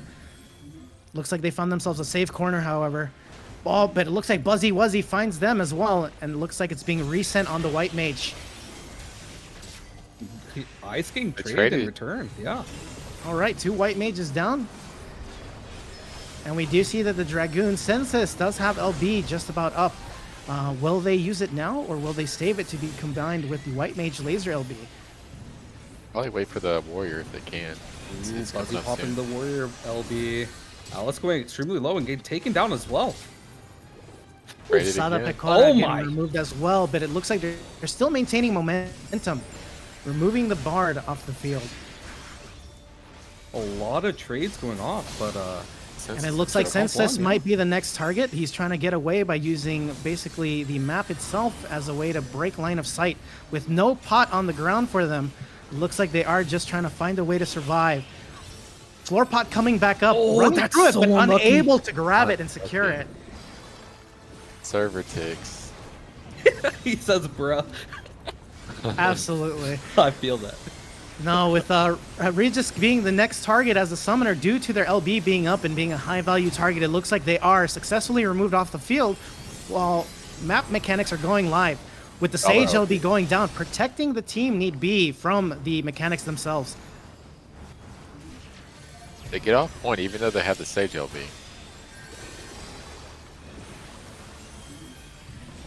So it looks like Comp 1 was able to break the checkpoint, now running at 58%, and it He's looks taking so much damage on the side as well. overall Alice Schubert unable to get out and removed by Ari.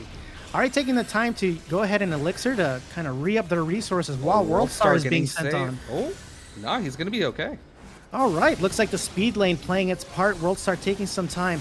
Looks like Arimimi, having been yelled Oh at, my has gotten God. their guard ripped and then removed off field. This leaves only the White Mage, the Dragoon, and the Summoner to deal with this. Census going in the air, Dragoon in the air, hoping to just get some sort of value, removing Wow. Sada Pecora. Rated. It was a good trade. Just trying However, to a buy off silence something. immediately going out on two of the members. Senses burning both their guard and their purify. So in this case, they either need to get out or they're the next target. Sense And it is looks like stunned. they are the next target. Laser from eyes soon. Yeah, he pops out a guard and he rips it. Alice Alice going Schuberg, unfortunately, taking a lot of damage before the guard was able to go active. Just barely getting out alive. Eyes stabilizing, gets his potion off. Looks like Ari sending some pokes towards the white mage. Arinimi trying to hold the fort down, but unfortunately they are still getting hit through guard, and once it's down, they are probably down as well. Unfortunately, that is the case, and for the white mages too, whose guard just recently gone down, but they do have some way to maintain some sustain here with their Yeah, cures. one mage's target here. Stun, silence. Ooh, and going down as well. Unfortunate. Senses is still propping up on the crystal itself, using their opponent Worldstar as a way to kind of get out. Unfortunately, no real way to get any further usage from their techniques because most of their team is actually down or they don't have too many damage sources to sync up at this time. Regis on point, just trying to hold it and burning their guard for that. Unfortunately, Senses being taken out next in that exchange. And it looks like Regis has gone ahead and used their Bahamut LB to try to get some damage going out. Unfortunately, due to the lack of team members with them, they weren't able to capitalize entirely on it, but they are trying what they can to basically maintain the point so their team can come back. Alice Schuberg hopefully jumping in, which he did, rendered right in to buy some time for his teammate to hopefully get out and recover. Regis running for the pot, actually being able to secure it, but still being chased down by the red mage, using their bind as a way to buy some time to run around. What's on the Oh, point? the Sage LB Looks too. like the Sage LB, and there wasn't enough people for the overtime to run out, concluding the match.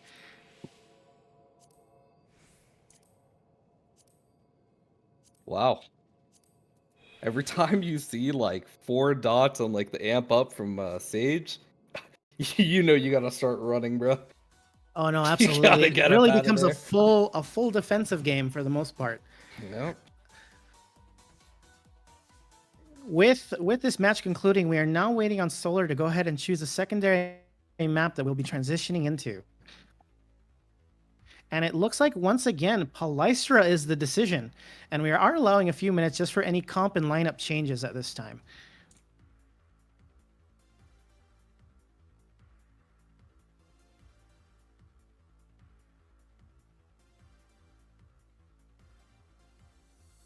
Saw quite a few 3 and 4 man red mage silences there. It was pretty huge for their victory, that one. Yeah. Same with Solar. They need to convert on the polys if they want to relieve some pressure or get some tempo back.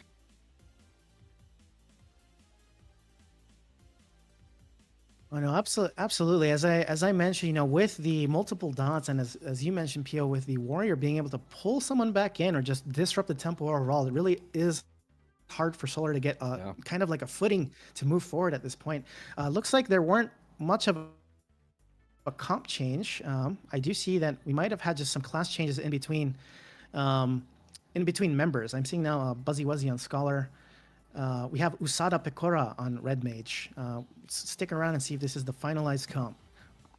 A Lystra time? And it is a Palystra time. It looks like there has been My favorite. no changes or objections. You know, very balanced map. Once again, no map mechanics getting in the way. As much as I love Yojimbo, sometimes, you know, can't be all the time. Maybe next time. Not this Perhaps. time, but next time. Of course, next tournament.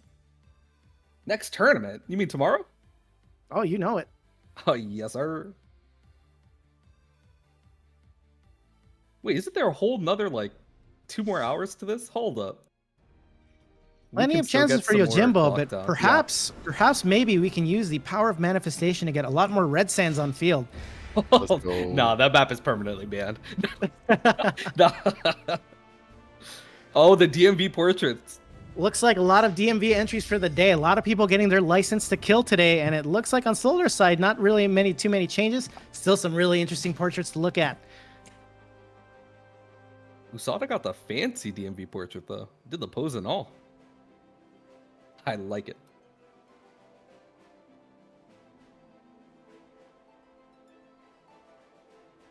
All right, so it looks like just some adjustments throughout the comp. So new players on the same classes that were used for initially. So we're now seeing Buzzy Wuzzy on Scholar and Usada Pecora on Red Mage. That's going to be rather interesting. World Star on White Mage and Ice on Sage and Ari on Warrior. So it looks like a slight whole team adjustment. And then on the other side for Solar, it looks like has been no changes. So let's see how things are going to play differently, or if we get a whole new push forward and a whole new fire for Solar. So hopefully Solar can get the positioning they need and push forward, or is it going to be just like that Nightmare again with dots going everywhere?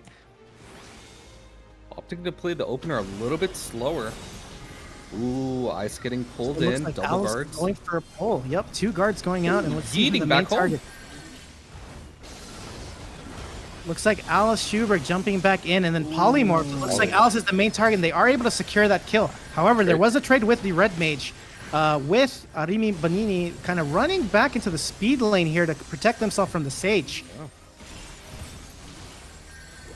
And this is going to be next. Arimimi's still here with very minimal MP resources, but they are just still kind of just pelting into them with their arrows, trying to secure another kill. Sense is using the speed lane to try to get out, and it looks like they are still being followed by the Sage, but they are able to get out, kind of making their way to the back and going and using their elixir.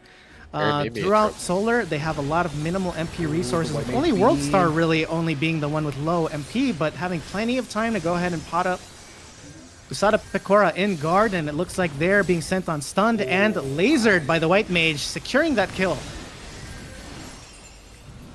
Looks like Senses is being kind of sent on here. They are able to get out, and they're just backing it up, kind of just building their resources with the Dragoon LB, just an extremely powerful AoE tool.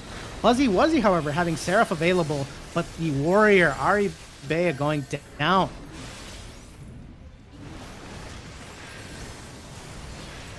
Skirmishing on point a little bit, just trying to buy some time. The Sage using their own teammate as basically an anchor to be able to get out a lot faster and playing it back. It looks like Alice is on the speed lane and currently being sent on and taken out. Going a little too deep there.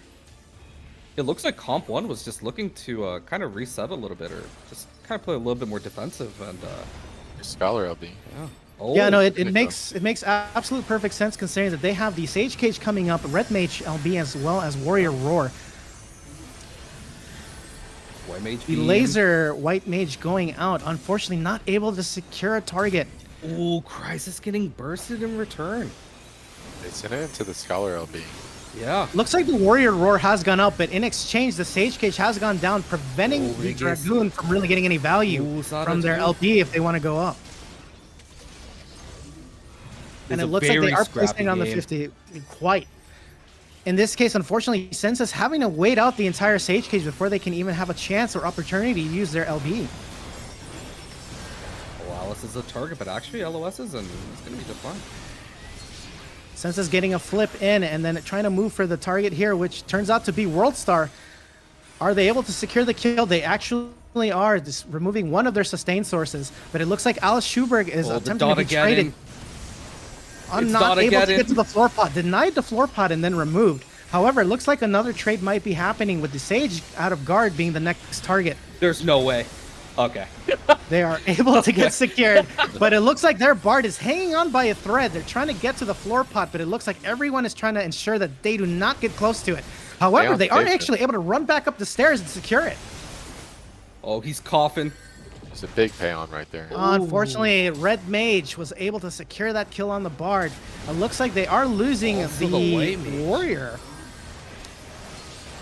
So Warrior currently down with Sensa still having a Dragoon LB. Hopefully they can get some value, but at this time, the Scholar Seraph kind of sustaining everyone that's on point at this time. Yeah. Looks like Census is still going to be the target, not letting him pop that Dragoon LB. But he might be able to escape. He has Payon on him. Ooh, gets taken down Unfortunately, in the even end. though they had the backflip and they tried to get past the corner, but the server tick got them. This case is actually forcing Alice Schuberg's hand to use the Warrior Roar to try to basically strip a guard out so they can try to secure a target, which in this case was the Sage, but it looks like they weren't able to fully capitalize on that particular opportunity. Eyes Gonna with be laser a coming rough out. one. Yeah. Well, we do have the Bard LB going up, increasing their Oh, DPS wow. output and as well generating slightly more LB, hopefully trying to get LBs a little more synced up so they can get more value out of everything. The White Mage, however, pulled in between the stairs and is now the current target being sent on by the Warrior. It looks like that they might be able to make it to the floor pot. They did turn a corner, not opting for the floor pot and rather to just pot instead. But Artemimi, the Bard, is now being sent on by the Warrior and Usada Picora, the Red Mage. Are they able is to he gonna secure make that the kill? pot? Unfortunately, no. They got pulled no. back in and are being sent on once more. However, the White Mage doing their best to sustain them as they run towards the speed lane to try to get out. Unfortunately, they just dying did on lose point them. as well. With the team separated like this, it's actually very hard for them to get a solid footing to try to push the Crystal in any sort of form. With only Regis and Kirstis left on field here, White Mage being pulled off and stunned so they can overtime try to win that timer. overtime. It looks like that is the end of the match. Fuzzy and Eyes just running a clinic that game. So much Yeah. damage. Yeah, no, This between having their teams separated, they were still putting a lot of value in regards to just ruining the tempo and as well just chasing people down between like two individuals, basically separating and trying to almost rat someone out in a manner of speaking. You know, we had the Red Mage and the Warrior pretty much just solidifying on a target and ensuring that they're not able to heal up or get any value from any floor pot.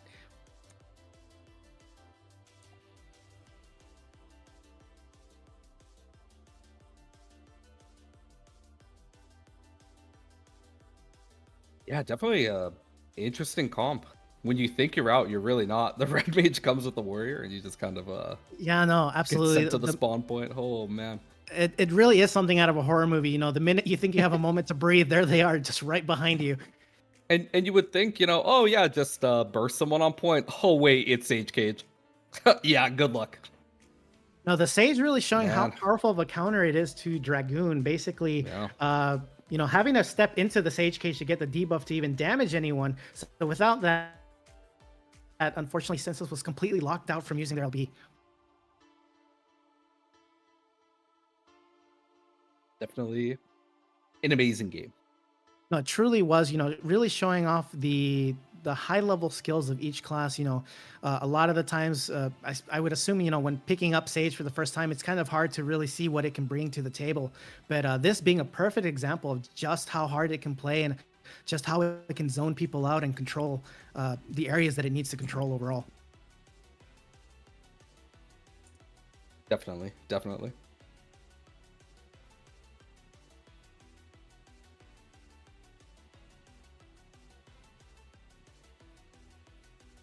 All right, well, looks like we are going to do a 5-minute break while we fix some stream things, get our second branch of casters in here. We have a good treat for you all. But for now, enjoy this nice ad intermission.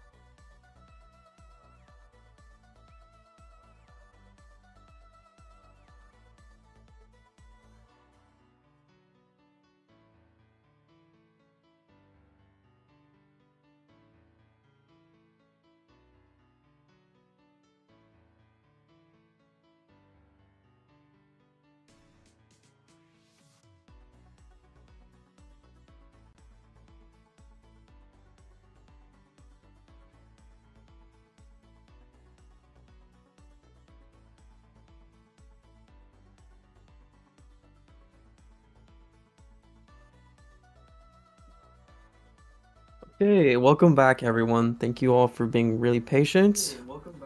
Going into our next sex, we have a couple of new faces joining us. Some of you guys might recognize them from their great work and the EU CCRC. So yeah, it's a pleasure to both have you here, and if maybe you can introduce yourself besides that, I'd love to hear. Lizzie, I like how you're being so polite, waiting for me to go Of ahead, course. but I have Always. to actually pass it right back to you because in case anybody in Damn it, chat didn't know, today is Lizzie's birthday. So Lizzie, as the amazing, beautiful birthday person on desk, you want to introduce yourself first? Hi, yeah, I'm Liffy.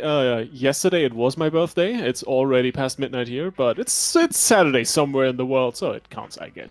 Right? Also, I woke up very late, so we'll take it.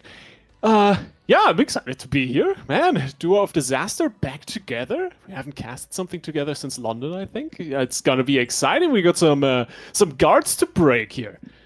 I can't wait. I love breaking guards. You know what I mean? There's just nothing more satisfying, but maybe I could say actually being on desk with you, Liffy, is more satisfying. And I agree. It's been it feels like, even though at the same time I can't believe how quickly the months have gone by following EU FanFest. I'm so glad we got to be on stage together there, and it's still your birthday here where I am in the world. So, you know, we're going to keep celebrating and Let's go. get that hype and good wishes going as well. But we're going to be jumping in for the CC Madness Guard Break. I'm so pumped about this. You have all been watching a lot of the competition so far, been able to see as we've worked through the upper bracket, knocked some folks down to the lower bracket, and we're going to be picking things up. I'm sorry. Yeah. Rook, Uh-huh. didn't you forget something? What is it? What did I forget? You're supposed to introduce yourself. Oh, hi, I'm Rook, everybody. Hey, everyone, I'm Rook. How's it going? There, we've done it, Liffy. Now, no, I'm so happy to be here. Been doing a lot of other things and, you know, getting back into it with the start of the new year. But it's so fun to be back to cast some more PvP in 14. One of my favorite things, for sure. That's great. And we got Coconut here as well. Yeah, Sorry. I'll be hopping out pretty Our shortly. Majesty, King Yeah, Coconut. I'll be helping out shortly, and I'll leave it in your guys' capable hands. But you know, Rook is right. Even though it is late, happy late birthday. Hope you had a lot of fun, Thank you. and I hope these games are entertaining for you guys. So I'll catch you guys later. Yeah, absolutely. Thanks, Coconut. All right. Thank you so All much. right. So, Liffy, we're going to be jumping in. We're going to have our first matchup here. What is it? Charlie and Sharks versus Deadbeats. Knocked down into the lower brackets.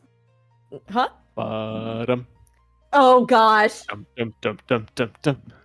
Da-dum. Thank you. Ominous. You- But look at how cute they are. I got one of those in my arms. What are those sharks right now? Oh yeah, definitely. Amazing. I love it. I mean, so Charlie cute. and Sharks, they are down in that lower bracket, but again, everybody has a shot to climb their way back up. Charlie and Sharks, as they let us know, are a team that always managed to take a bite out of the competition. They constantly come back stronger and prove that they are a team to respect. So this seems like these are going to be prime waters for these Sharks to be swimming in, Liffy. Well, Finn is what comes at the end of the thing, and we are a long way away from that. Unless, well, Deadbeats beats the Sharks. In that case, it's going to be over very, very quickly. But hey, Sharks are an endangered species, and you gotta take care of them because they're really darn cute. One way or another, we're not here to protect animals, we're here to see some PvP crystalline conflict served up, and we're gonna eliminate a team. That's how you start the second half of a broadcast day, don't you, Rook? It's great. It's gonna be a heater of a matchup. Absolutely. I mean, Deadbeats, they've been playing together for over a year. They were victors of the Rookie Rumble 2, constantly, again, proving us that, you know, they deserve to be up in this space, competing at these levels with everybody else here in tournaments like this. And again, I mean, we've got both of these teams trying to make sure that they don't get knocked out. This is really putting it all on the line for them, right? One of them is going to be knocked out of the tournament. Other one is going to go ahead and have a shot at climbing their way back up over today and tomorrow. But I mean, between these two teams, we're going to have to see if, you know, the Deadbeats might have a little bit more fight in them than the name might imply. Who knows? Who knows? The Deadbeats certainly are a team that you need to kind of have on your radar. out of the two teams matching up here, they're the only one winning a single map so far. The Sharks went down 0-2 last game, or rather last series they played, while the Deadbeats were able to grab that 2-1 against, or rather losing, sadly, against Mark Ignore Shitanite. And, well, that usually comes in with a little bit more confidence, right? We talk a lot about momentum, we talk a lot about just skill and being able to just get in there and win games, and especially once you're in this lower bracket, gotta tell you, you gotta be on top of your game and on top of your nerves, because if you lose the series, you're done and out, and you only have 3 matches at the most to make it happen. Yep, I mean, it is all on the line for them, like we were saying. Although, can I just say really quick that as I look up and I see Deadbeat's logo image, I really love this. It's really good.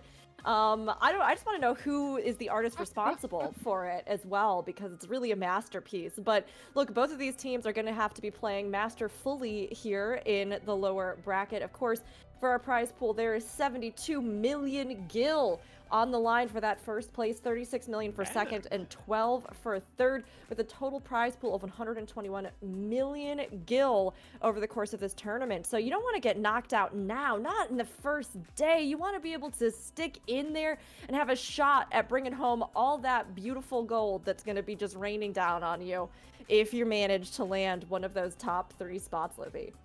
Not gonna lie to you, Rook, that's a L plot, right? I That's a mean, notable one. well, Or rather, for a lottery it's gonna ticket. get I mean, you, you're yeah, never it's getting gonna an get L you plot. pretty We all know close. No, that. nobody's gonna get one. No, but it'll go a long But way. It'll speaking- go a long way. Yeah, no, definitely. But speaking of plots and lands and maps, I think we got the first map locked in. But well, Rook, why don't we just give everyone a reminder of who is playing in this matchup? Because there are maybe some even familiar names, and if not, maybe you can find a team for yourself that you want to cheer for. Rook, do you actually have the list for the Deadbeats? Because I've got Charlie and Sharks up right now. Looks like we've flicked back over. We're gonna go back to the both of these teams here with Charlie and Sharks. We've got Gidson Brand. We have Well Sheet. We have Chloe Safira, Draco Damaris, and Baka Opai. So, I mean, got a stacked deck here. I really do like Well Sheet. Very good, very good. Well done on that. And Lithy, I'll pass it over to you for the Deadbeats. Yeah, give me a second until I find them, because I must have misplaced my notes. I am blind. I'm sure they're an amazing team and lovely people. You've been birthday But partying I- all day. You know what? Look, it's, we should just go ahead. We're going to take this off your shoulders here. Gonna go ahead and pass that over to you so that you can, come back from the birthday zone. Do you see the list now? If not, I will go full ham on this. I am ready. Oh, I am so stupid. I thought that was... It's on the graphic. I thought that was the team motto or something. I am so stupid. Anyway, hey, ladies and gentlemen, welcome to the Guardbreak tournament. We got the Deadbeats, we got Audrey V, we got Castella August. This is really hard to read, so apologize for me. Please excuse me for butchering any names. We got Mikjol, DJ TZ, I think that's Udoku, the best Tosho, guess. and Faraway James, as well as the one and only from the 90s, the Tapeworm. Very important, not the CD worm. Thank you so much for bringing that as the tapeworm and not the horrifying creature that lives in people's bodies. The parasitic entity. No, I'm much more like, the kind of tape deck vibe, I think that's very good. I mean, hopefully they're going to be bringing some jams here for everybody, as well as this just being a great matchup all around. Again, this is going to be the first of our second half of the evening here, and we'll be kicking things off in the lower bracket. So whoever loses this one is going to be eliminated. Whoever wins it is going to be moving on. And it looks like we are about to hop into the first map. Ooh, we're going to Clockwork Castletown. Oh, right. We can actually say it here. Clown Town, let's go. Clown Town! I love Clown Town, and I am so ready for That's a this. great map. It's a great map. So much can change in this map, right? The back and forth, the sort of the flips of the tatami mats, the mammoth parade that happens. There's a lot of opportunities here to kind of play cleverly and to sort of turn the tables in your favor. Using things like your CC, really getting in there, or trying to just play around a lot of the environmental effects. So let's take a look and let's see what they're bringing as far as comps go. Well, I see a white mage here and there. I see a ninja, reaper, dragoon, full-on melee cleave action. You love to see it. Also, Guardbreak is the motto of the tournament, and of course, you need a warrior for that. So, Tapeworm coming in on the tank. On the other side, you got Draco on the paladin. So, all in all, looks like a lovely lineup. The only real difference I can see here are the Samurai and the Summoner on the side of Deadbeats. Yeah, that could give some big advantage. That Summoner has so much that you can do kind of flexibly, both in the support, but also in that kind of shut down of zones. But they're coming in here right off the bat. Those guards are popping and breaking, and we have Gitsin down in this first initial encounter. Allura taking some heavy fire as well over on Deadbeat's going to trade off, but Draco is going to quickly fall over with the Charlian Sharks, having to fall back here. Tapeworm is on the mat, avoids that flip, trying to get a little bit of hit onto Baka, getting very, very low, and ends up falling prey to that warrior, breaking guards left and right. Oh, it is not looking good here for the start of the match, and the Sharks, they immediately are smelling blood in the water. Well, Sheed is the next one down to the count. Ninja taking a well-deserved rest right next to the tatami mat. But the follow-up, the Sharks really just staggering them one by one. What a beautiful first strike here on this match, and it really looks like, for the moment, Deadbeats... Sorry, I'm confusing the teams again. The Sharks are struggling to stay alive. It's the Deadbeats just running them down right now. It is. The Deadbeats over here pushing the Crystal up ahead, just absolutely having Sharks on the back foot. In the middle of the arena, we got a bit more action on the tatami mats as they're trying to converge back onto the Crystal. Here comes that sword sweep, popping guards to avoid the damage. Doesn't look like anybody's going to get caught out by it right in this moment. Mikyal trying to make it over to the potion is getting harried, manages to snag it, but is taking huge amounts of damage. Tatami mat is threatening to go up, but doesn't catch anybody, but Mikyal is caught out and dies. Unfortunate indeed, and Baka is the next to follow. The Sharks are really caught in the net here for the moment, but the double kill, trade back, coming through now. Finally, they sink their teeth into some meat here. It's starting to look better and better, and Gibson is looking for some good damage. Pops in the guard. In the meantime, the Crystal is just going to be yoinked, same as the Dragoon here as well. Nice hook by Tapeworm here, trying to make sure the Dragoon doesn't get away with his life. And for the moment, it really looks like the Sharks regaining some momentum here. And Rook, could you please explain me since when Sharks have feet? Sharks in Final Fantasy XIV that have feet, including some adorable shark minions. But there's nothing cute happening on the field right now. Ayuna taking huge damage as Castella finishes them off. That Ninja Limit Break paving the way. Unfortunately, Udoku over on the side of Deadbeats not able to use their Limit Break in this engagement, but trying to make it back to the field. Castella is trying to get some damage out, manages to get that kill around the corner on Gidson as Deadbeats, they are making just constant headway, mowing down these Sharks left and right as though this were a voyage of ocean fishing. You hate to see it. The Sharks need to do something here, but with 3 down, it's really hard to make a last stand, and they need to make one because they're 15% off from losing this initial map. And I'm gonna remind everyone here, it is a lower bracket here at the guard break. If you lose this series, you are done for the weekend, and all that sweet gil is going to go to the other teams. But for the moment, the Sharks regain their members, but Draco immediately gets caught with a big right hook, spitting out some teeth. Luckily, they grow back. They do. There goes that Samurai Limit Break. It gets that kill on Baka Oppai.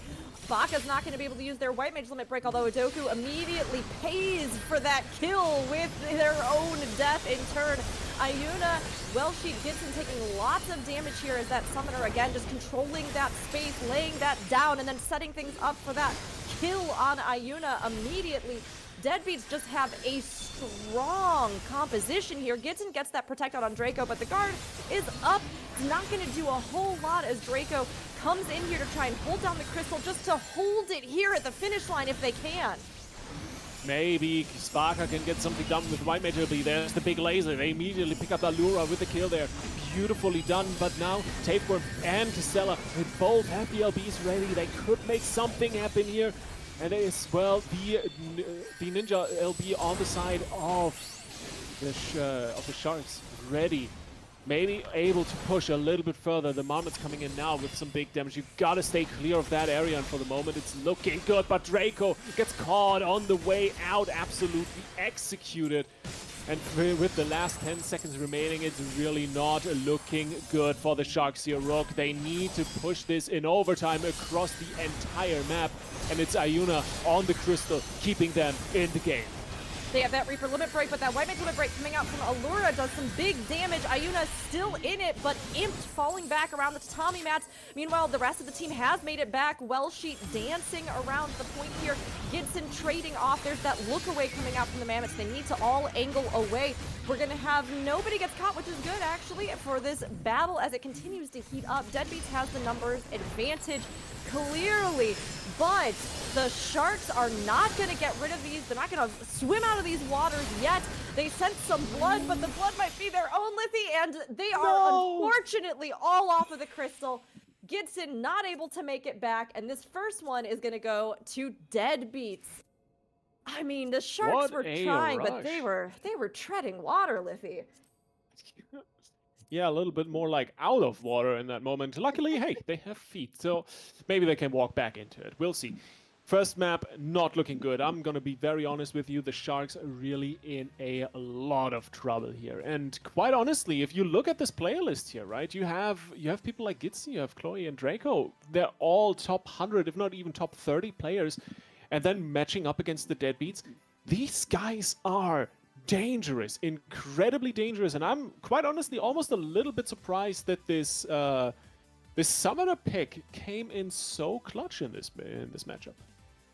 Summoner can be very strong if you're using it with a group, if you've got all that kind of coordinated effort. I mean, it just makes it that much harder for an enemy team to really be able to get purchase in those sort of areas where there's a lot of contest, where you're fighting over, right? You're having to move in and out of that donut that kind of goes down. You're having to keep an eye out for just the sheer amount of kind of general damage they can add to the field. While it might not be something as direct as like getting Ninja Limit Breaked and seeing all of your health immediately deplete when you're below that 50% marker. I mean, it's still something that overall can just make things that much more difficult, especially when the team you're up against is struggling to find their footing, let alone even some of the healing capabilities and things that Summoner has. Exactly. And now we're going to the Palestra, maybe a map where it's a lot easier for the melee lineup to just stick to a target, maybe get some kills, so this might be enough for the Sharks to keep the pressure up and rolling, and maybe trade some more kills, maybe be able... Whoa. That's a warrior. That's a double tank lineup for the Sharks.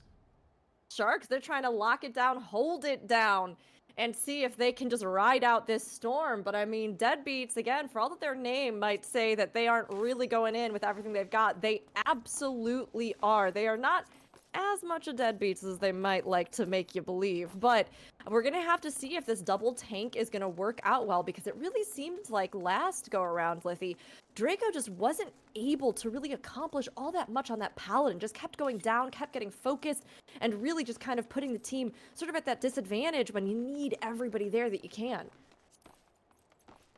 Exactly. Kind of these big 5v5s, that's where it's at. If you start to lose members, then it's really easy for the other team to just roll you, stagger you, and never let you recover. And that's really not a situation where you want to be. It is a match point over here for the Deadbeats on Umbra as we're kicking off the second map of the series here on Palestra. Draco first in the fight, looking for a little bit of blood, but for the moment, everybody is chilling. And just as I say it, there we go, the fight is on, and Baka gets absolutely one-shot Allura on the trade, maybe be able to stay alive. Really massive heals coming out and kicking it off. Looking great here so far for the Deadbeats. Looking great for the Deadbeats, but they are trying. I mean, over there, the Sharks, they're trying to get some picks. Unfortunately, they are the ones, again, who are just suffering so many losses. Well, Sheep popping that guard, but they are just being absolutely set upon here. Unable to do anything there. Iuna has this limit break, but it's not going to be of much use here. Realizing that, they're falling back. They're going to get bound, though. They're going to get pulled. They're going to get chained, and they are going to get burned down, managing to just stay alive with the help of the healers there, getting back to the group. But again, with those cooldowns down, with all these things with the guard out, Iuna has to go back and try to get that potion to stay alive. They are not going to let Iuna get away, though. The Paladin cover from Draco does come in clutch. Beautiful play here from Draco, making sure that Iuna can get the elixir in, and off of the back of that, you get a kill, you take down the summoner, and suddenly the Deadbeats are struggling a little bit, but they're not backing off from the fight. There's the repel being thrown in as well, and they are really making some headway here, as the healer is down as well. Mikhail is dead and done and dusted. Uroko is the next one, and last but not least, it is the tank Tapeworm. Still standing, still fighting, looking to follow up with maybe a trade kill, and they are unable to do it. Well, that's what happens when you bring a tape to the modern day. It's kind of a dead beat, you know? Lizzie, I mean, I have to applaud you. I have to applaud you on that one. It was well executed, even if I thought at first it was going to be quite a stretch. So well done on that. But, you know, we also thought it might be quite a stretch for Charlie and Sharks to have a comeback. But here they are, that 50% White Mage limit break goes out from Baka Okwai, sets up the kill on Udoku. We've got the Ninja limit break and Mikhail both having their limit breaks over on Deadbeats. As that goes out with Mikhail, we see immediately the damage annihilating Charlie and Sharks. They are on the back foot here as well. Sheep tries to get away, but is going to get bound and is killed. Iuna taking a lot of damage as well, trying to play around this corner, but ducking back in now on the Charlie and Shark side. This return volley from Deadbeats, even though they got it to 50, they matched it here. Deadbeats were ready to just lay down the law. Udoku sitting on this limit break. We've got several more, but they may not even need it here, Lizzie, because they are just wailing on Charlie and Sharks. Oh, it's not looking good. Rook, a little fun fact is that Sharks do not have bones, but it really looks like they are broken all over the place right now. And I'm not sure how they can recover here. At least the Crystal Push is kind of balanced out. So if they can prevent the Deadbeats from getting too much percentage in this rush they are having here right now, they might be able to kind of prolong this map and in 1 minute 40 take it to overtime in a favorable position. And it's all about the Crystal position heading into that. In the meantime, lots of damage going out. The Sharks down the tank, and Gibson in the back line. He's trying to just stagger the Crystal as much as possible. There's the guard coming in. It gets broken right on theme with the tournament, but can they follow up with the damage and take him down? It doesn't look good, and now I jinxed him. Down is the tank. 4v5, and once again the Deadbeats on the march. Deadbeats on the march. They managed to get it back to that 50% marker for them, and even though Sharks are trying to give them a bit of a fight here, it is still just looking so rough. Allura unleashes that White Mage limit break, gets a bunch of damage. Draco, again, just unable to stay alive when they really start to lay into him. Tapeworm just chasing him back around the corner, making him have to fall back to that potion. Back on the point, we've got guards popping out from Baka, who's, you know, just kind of holding things down there as Deadbeats try to launch assault. Baka, though, taking some huge damage when they finally leap in, having to pop some of those elixirs themselves. Massive AoE coming out from Mikhail there using that summoner limit break, but it's not going to be enough to dislodge the Sharks. Yeah, for the moment it's looking okay. Another great cover coming from Draco, but for the moment he is sitting on like 10% HP. Can he get something done? No, Baka is down. The Crystal gets pushed further and further. There's the percentage even out, and suddenly the Deadbeats are once again in the lead just when overtime hits, and this might be a devastating blow for the Sharks. it is looking dire straits here in the last few seconds. We're heading into overtime, and it's all about staying on that crystal. Iuna pops in the LB, trying to get and generate some space here for the Sharks, but they are off the crystal for another moment. It's contested. It's a battle on a knife's edge, Rook, and I have no idea if they can actually recover with the proximity to their graveyard. No idea, but they're hanging in there. I mean, the Sharks are still on the crystal. That white makes a break from Baka kind of paved the way here. They're still getting just, constantly pestered over here by Deadbeats, who don't want to let them have too much ground, but they have the numbers advantage right now as Deadbeats is having to try and respawn, come back. They're trying to take Tapeworm out. Tapeworm's going to fall back down that runway, still alive. Meanwhile, Charlie Sharks able to push this. Baka bringing it back towards that midway point as the teams duke it out. We've got Binds going out, while Sheet trying to fall back around the corner, avoiding stuns, making it back across the point. Heavy pulled in and being set up for the kill. We have the White Mage Limit Break coming out from Allura to finish that up. Well timed here as it continues to lay out some extra damage so that Baka has to pop a couple elixirs.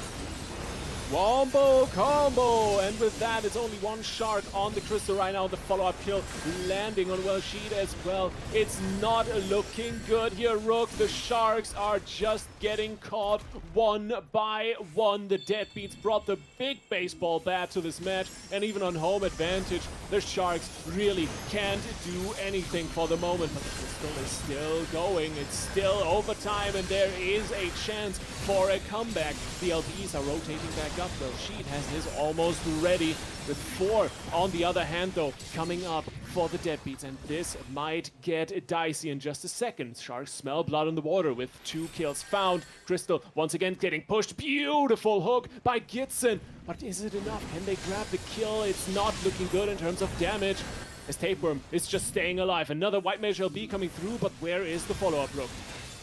Nothing quite there. They couldn't get purchased. Deadbeats really on the back foot here. Sharks are turning the tables. We have another cover going out, trying to make sure that Draco can help Sheet get that elixir, but Draco's going to pay the price, suffering all that damage in their stead. Meanwhile, Allura does get killed over on the Deadbeat side, which means that they're going to be down that healer as they continue to try and push this crystal, warring back and forth over who's going to just get it that little fraction beyond 50%. These two are neck and neck, and they are not giving up the fight. Baka holding down the crystal here, but paying the price for it. Deadbeats, even though they are still down in numbers, managing to slowly chip away at the Charlie Sharks, who are leaping back here, trying not to lose too much ground, but taking what moments they can to try and regroup here, Liffy. Oh, it's a beautiful ping pong here and taking the control of this crystal. But we're in a massive standstill. Yes, we get the kills traded, but no one really making headway. Now maybe the crystal's so close to this checkpoint. If the Deadbeats can get it, this is all over. This is end of the line, and the series done and dusted for the Sharks. But there's the double kill coming through. The Sharks really taking a massive bite out of them for the moment, and Uroko is the next soon to follow. Down goes the Ninja back to the Shadow Realm, and suddenly the Sharks on the prowl forward. And Rook, this might be the decisive moment they've been waiting for. They have been looking for this. They have to do this because otherwise they are out, right? This is match point for Deadbeat, Flippy, and they know that. They are fighting with everything that they have to just try and stagger Deadbeats however they can over on the side of Sharks. Sharks really prowling the waters here, looking for those kills. Gittin tries to get the chain, but the guard's gonna block them there on that point. Just laying into Castella, not gonna give Castella a chance to be able to do anything here. White Mage Limit Break coming out from Allura does set up the kills on Baka Opie. Sheet and Iuna having to try and recoup some health. They're getting bound. They are being kept off the point, leaping back in to try and make sure they don't lose the progress that they had set up here. It is a rough situation, and once again, kills on both sides, but where is the follow-up? The crystal stolen back by the Deadbeats once again. It's coming down to the wire. Massive damage on the entire team. Sheet down. Gitson is following slowly but surely as well. The Deadbeats find momentum once again, but how long is it gonna last? Can they get to the checkpoint? It is so damn close here in this situation.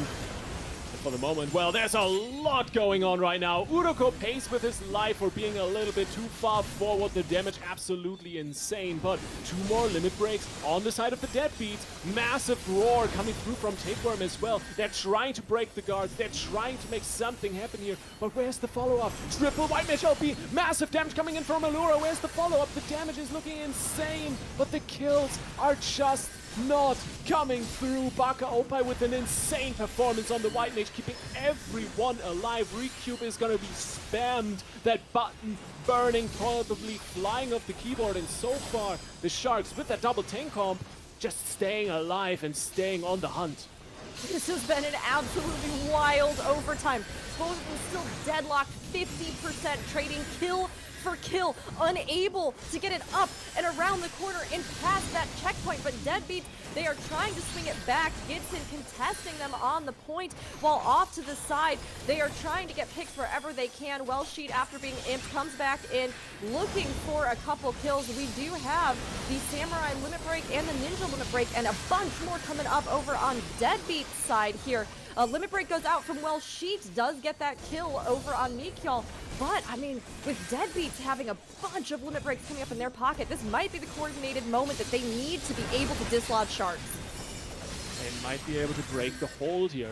Would be a massive step in the right direction, but once again, Shark LBs are rotating up as well, so it's really gonna come down to the trading. And the thing is, really, Rook, yes, it's looking clutch here on the crystals. The damage is insane, but you gotta catch that checkpoint. Otherwise, you're not winning the game, and it is gonna be so rough to get there. Only 2% dividing the teams here at the moment, but it really looks like there are the LBs rolling in. It is the Sharks on the back foot here now for real. 3 down, and that is a lot of momentum that the Deadbeats just found. There is no one inside to contest this crystal. This might be going on to the checkpoint right away. The Deadbeats marching forward, marching to eliminate the Sharks. There it is, 99%, and it is done. Sharks caught up in the net.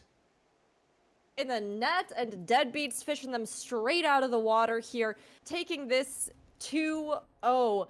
I mean, Deadbeats, they, like we said, they have a good established rapport. They have played together. They are really, you know, a good unit in this sort of competitive scene. And Charlie and Sharks as well, you know, they have a lot of experience, and obviously we were so glad to see them participate. Bringing in those double tanks did seem to give them a little bit more staying power. We saw much more competitive overtime here. But when it came down to it, the Deadbeats, they were just here to secure their place and move forward in the lower brackets. Now, they still have some things to prove, Liffy, but they are well on their way to being able to continue working up here for the teams that have been knocked down to this lower tier. Well. Impressive series here by the Deadbeats. Not quite unexpected for me. To an extent, they came in as a little bit of the favorites. But then again, well, the Sharks have the name advantage, so can't really say I wasn't a little bit biased. But hey, the Deadbeats are still in the running. They're gonna wait for the loser of the matchup between the Brown Citadel and Comp 1 later for the lower bracket matches, I think tomorrow. So, on the other side, Rook, we have another elimination series coming up here in just a second. It is Genosis versus Solar. Gnosis versus Solar. This is going to be a really good one. Both of these teams so competitive.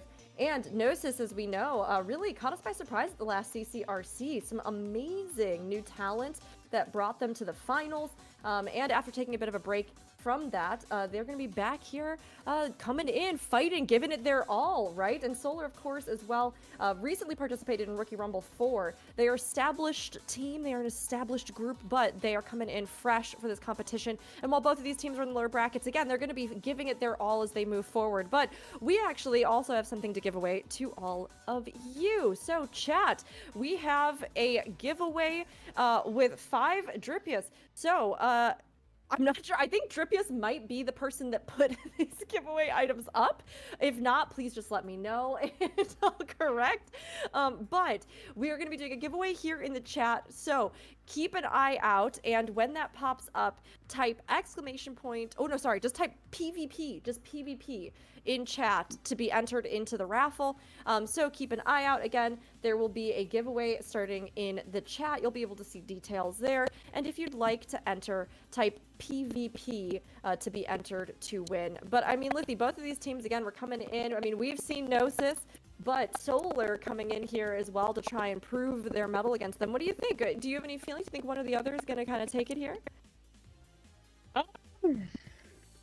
Tough question. Quite honestly, so far, none of these teams able to grab a map today. So while they are both kind of warmed up at least, it's going to be a big question about who can recover the best from the previous loss and kind of get the ties lower bracket.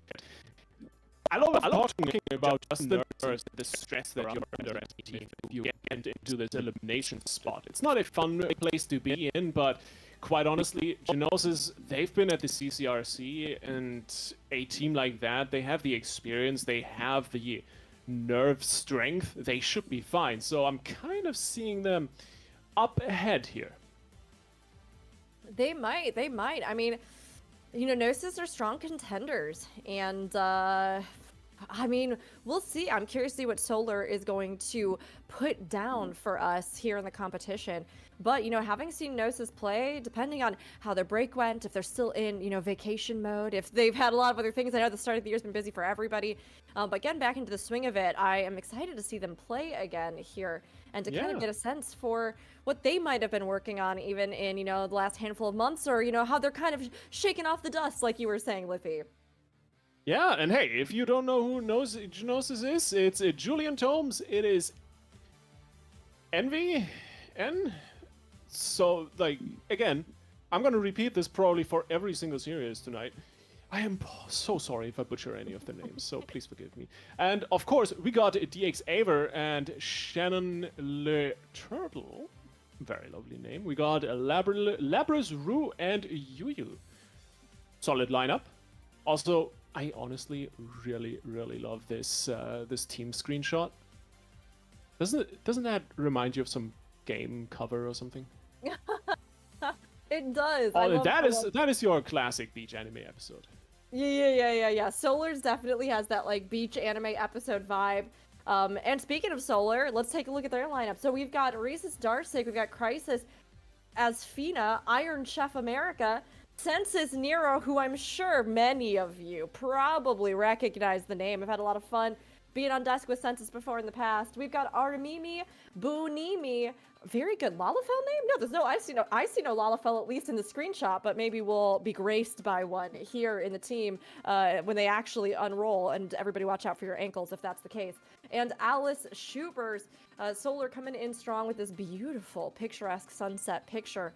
But I mean, as we've talked about, Gnosis strong contenders. We see some of the names even over there in their lineup that we recognize from things like CCRC.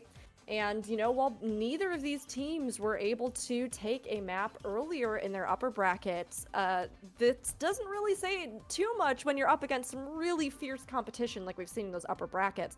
So with these two, it's going to be a really strong face-off here, Lithy. And I mean, we've had a new map introduced into the mix. We've had some improvements and some additions to CCRC. But I'm curious, is there anything that you'd like to see them bring up as we look ahead to Dawn Trail and more content for CCRC? Anything, or excuse me, for Crystalline Conflict, is there anything that you want to see added to PvP? More CCRC? Yeah, more CCRC. I would love that too. I mean, new maps are always fun. And if we're talking about the general stuff, of course, being able to queue as a team and team ranked would be amazing. More maps, obviously. I'm super excited to see the new jobs in play in Crystalline Conflict or PvP in general. If I could make more requests and wishes, maybe overhaul the spectator UI a little bit more. Make it a little bit more kind of digestible as a viewer. That definitely would help. But other than that, what would I love to see? That's a great question. You know, Do you, we- Rook, do you have some inspiration for me?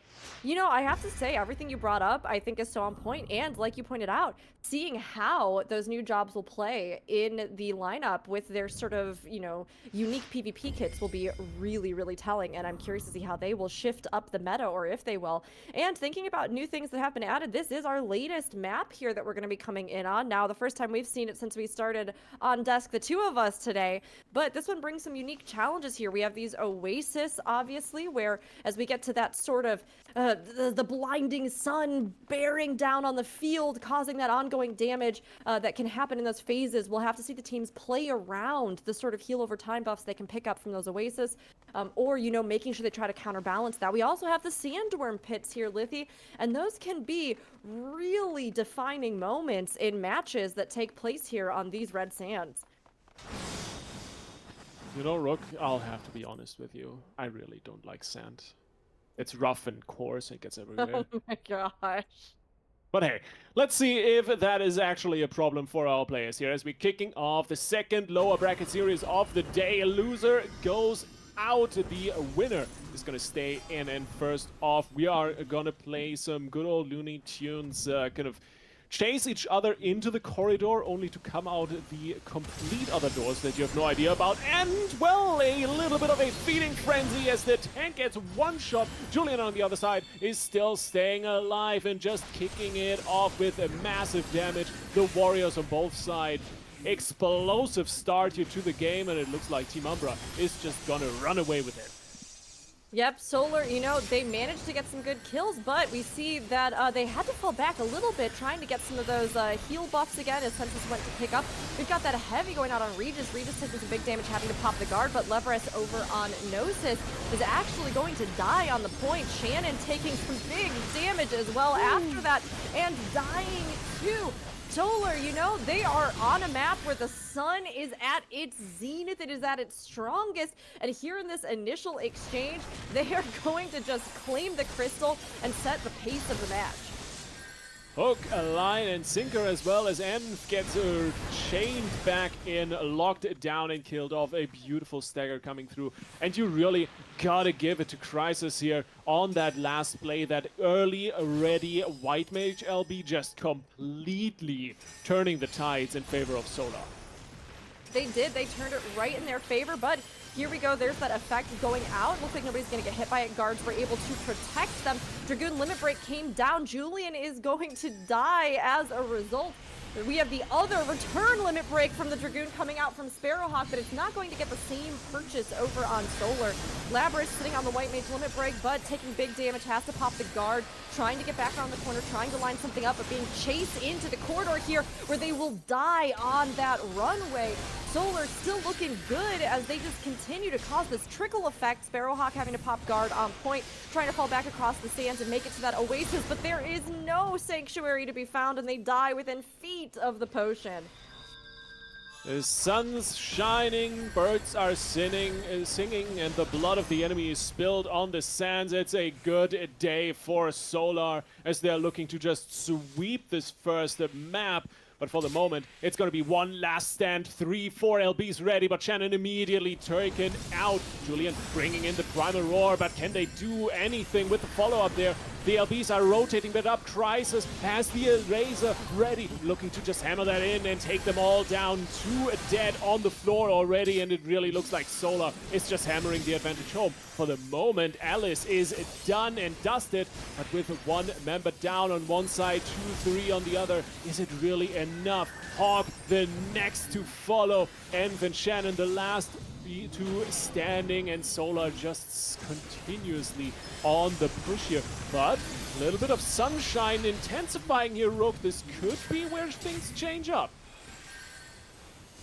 But unfortunately for Gnosis, I don't think it will. I mean, they're trying to just stagger as much as they can and just keep somebody on the point. Julian right now doing exactly that, popping that guard as Sparrowhawk rushes in to be at their side, but they just can't keep enough people alive on the point, and the damage is only raining down from this sun effect on the field. It's gonna give Solar the advantage. Solar pushes it all the way to the end. Not even Env can make it in there in time, and this first match is gonna go to Solar. I mean, Lithy, Gnosis, strong contenders. We even see some of those CCRC, titles that they have on there that were one of the prizes from making it as far as they did. But up against Solar, they are really struggling to find any purchase. Yeah, it's a rough position to be in, as Solar really just basically running with the entire game. They lost the initial exchange. They lost first blood, lost their tank, and then bring in the White Mage LB, roll the fight, stagger them, stagger them, stagger them, stagger them, stagger them, stagger them, stagger them, stagger them, stagger them, and win the game. And that's it. If you run into a situation like this, there is not much you can do. Gnosis would have needed to kind of regroup, pull back, but even when they had the opportunity to do that, they still just got one shot at the opener of the next fight immediately. They did. Now, not to call out our teams here in the chat, but I did see that we had a kind of unusual request from Senses asking if it's possible for him to switch to Viper for the next match here. And unfortunately, I don't think it is unless Square Enix has given us, unparalleled access to preview the new classes coming in Dawn Trail. But, we'll keep dreaming of the day that we're able to. And Senses, I can't wait to see you wreck the field on that Viper. I'm sure it's going to be strong in PvP. Just really pumped to see what that skill set is going to bring to the table. Yeah, nah, sorry, Senses. I don't like snakes. You gotta not do that. Thank you. Well, round 2, we're going back to the Palestra, and we can appreciate some of these absolutely wonderful, wonderful portraits. We can, we haven't talked about the team's portraits, and really we got to give some credit here. We've got Solar, I think, really living up to just the light theme in a lot of different ways, either be it sunshine, be it things like these sort of Loporrit, special effect lights to all this kind of stuff. Love it. Good mix, good mix. And Gnosis also bringing those portraits, having them all ready, having them all looking clean and crisp. Everybody's glam game so right. But we're going to have to see here if they can get their Crystalline Conflict game so right, because on this particular map, Palestra is great for kind of evening the playing field, as it were. It's one of the most neutral maps. It gives both teams a chance to shine. And as we see here, I mean, the teams bring in, again, the 1 tank, 1 healer, having these 3 DPS, but we're going to have to see if this map and this comp kind of shakes out a little bit better for Gnosis than the last one did, Livy.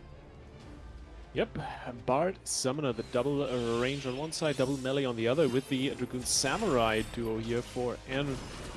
So far, when it comes to shining though, Rook, I gotta say, Solar has been looking a lot better. And in go the tanks. Julian is going deep, and a little bit too deep, as he's lying 6 feet deep, because, well, funny you ask, Rook, it's because the enemy team brought a shovel. They did. They dug his grave right for him and just tipped him right in. But, graves were flying on both sides. We did see, the death over there on Arnemius. They kind of focused down on Gnosis' side. So while this crystal kind of dodges back and forth around center, it hasn't made any huge progress yet. Now Sparrowhawk taking some big damage, trying to get some damage out in return on Senses, but looking at slightly more of a disadvantage as they have to fall back around the runway. Crisis has this White Mage limit break, looking for an opportunity to line it up, get as many people as possible. It fires off, gets some big damage, and Sparrowhawk is going to fall. But Alice, in the meantime, does get picked over by Gnosis. Yeah, found the rabbit hole and stumbled on it. It's not a good look, but for the moment it's still evened out. Crisis has been an absolute monster so far on this White Mage, and may be able to kind of be the weight that tips the scales. But first, Senses is the big target. A nice Primal Rend coming through, but Julian once again immediately gets punished for overextending a little bit too far. And that is something that just makes Solar so incredibly deadly. They find this one person that's a little step too far forward, and they just take your entire arm for it.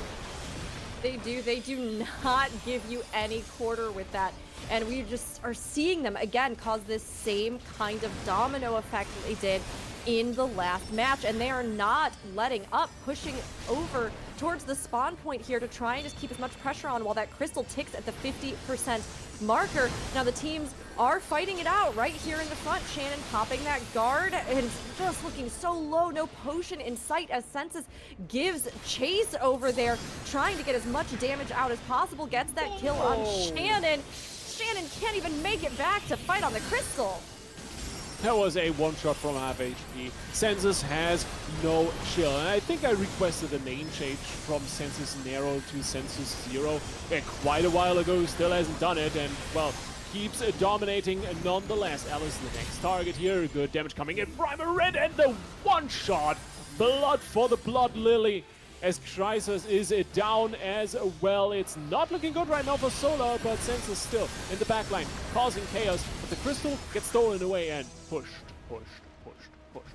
It does. Gnosis has managed to take control again, even with that moment where it looked like they were falling apart, and we might have a repeat of the first match. They are now matching that 50% marker here as they get the ticks needed to start pushing it beyond. Now, Solar still waiting on one to come up here. The Sensus does have that limit break, hitting that potion, and then leaping into the fray, but it's gonna get stunned and bound and immediately killed right off the bat, unable to use that limit break. Labras also goes down over on the side of Gnosis, trading blows back and forth, and has this Samurai limit break, but looking for a good opportunity where they're going to get the most impact for using it as they leap in here on the runway and give chase.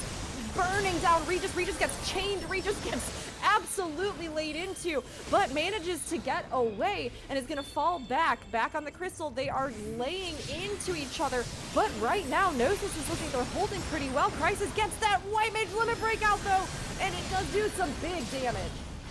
It is once again the big laser making massive plays. Chrysos just absolutely insane. Sensus once again steals another potion, just leaving no drinks for anyone else. And latest point now, this is the massive shift in momentum that Solar needed to finally grab this checkpoint. 35 seconds left on the clock. If they can catch this, if they can just clear this checkpoint, that is gonna be insane. This is such a devastating position to be in for Gnosis, and down. It's not getting any better as the damage is just rolling in. Sensus is taking them to the cleaners, but for the moment at least Chrysos gets traded. Arimimi is the next one to fall, and with 10 seconds left to go, it looks like Gnosis is gonna push this into overtime and maybe try to turn this match around.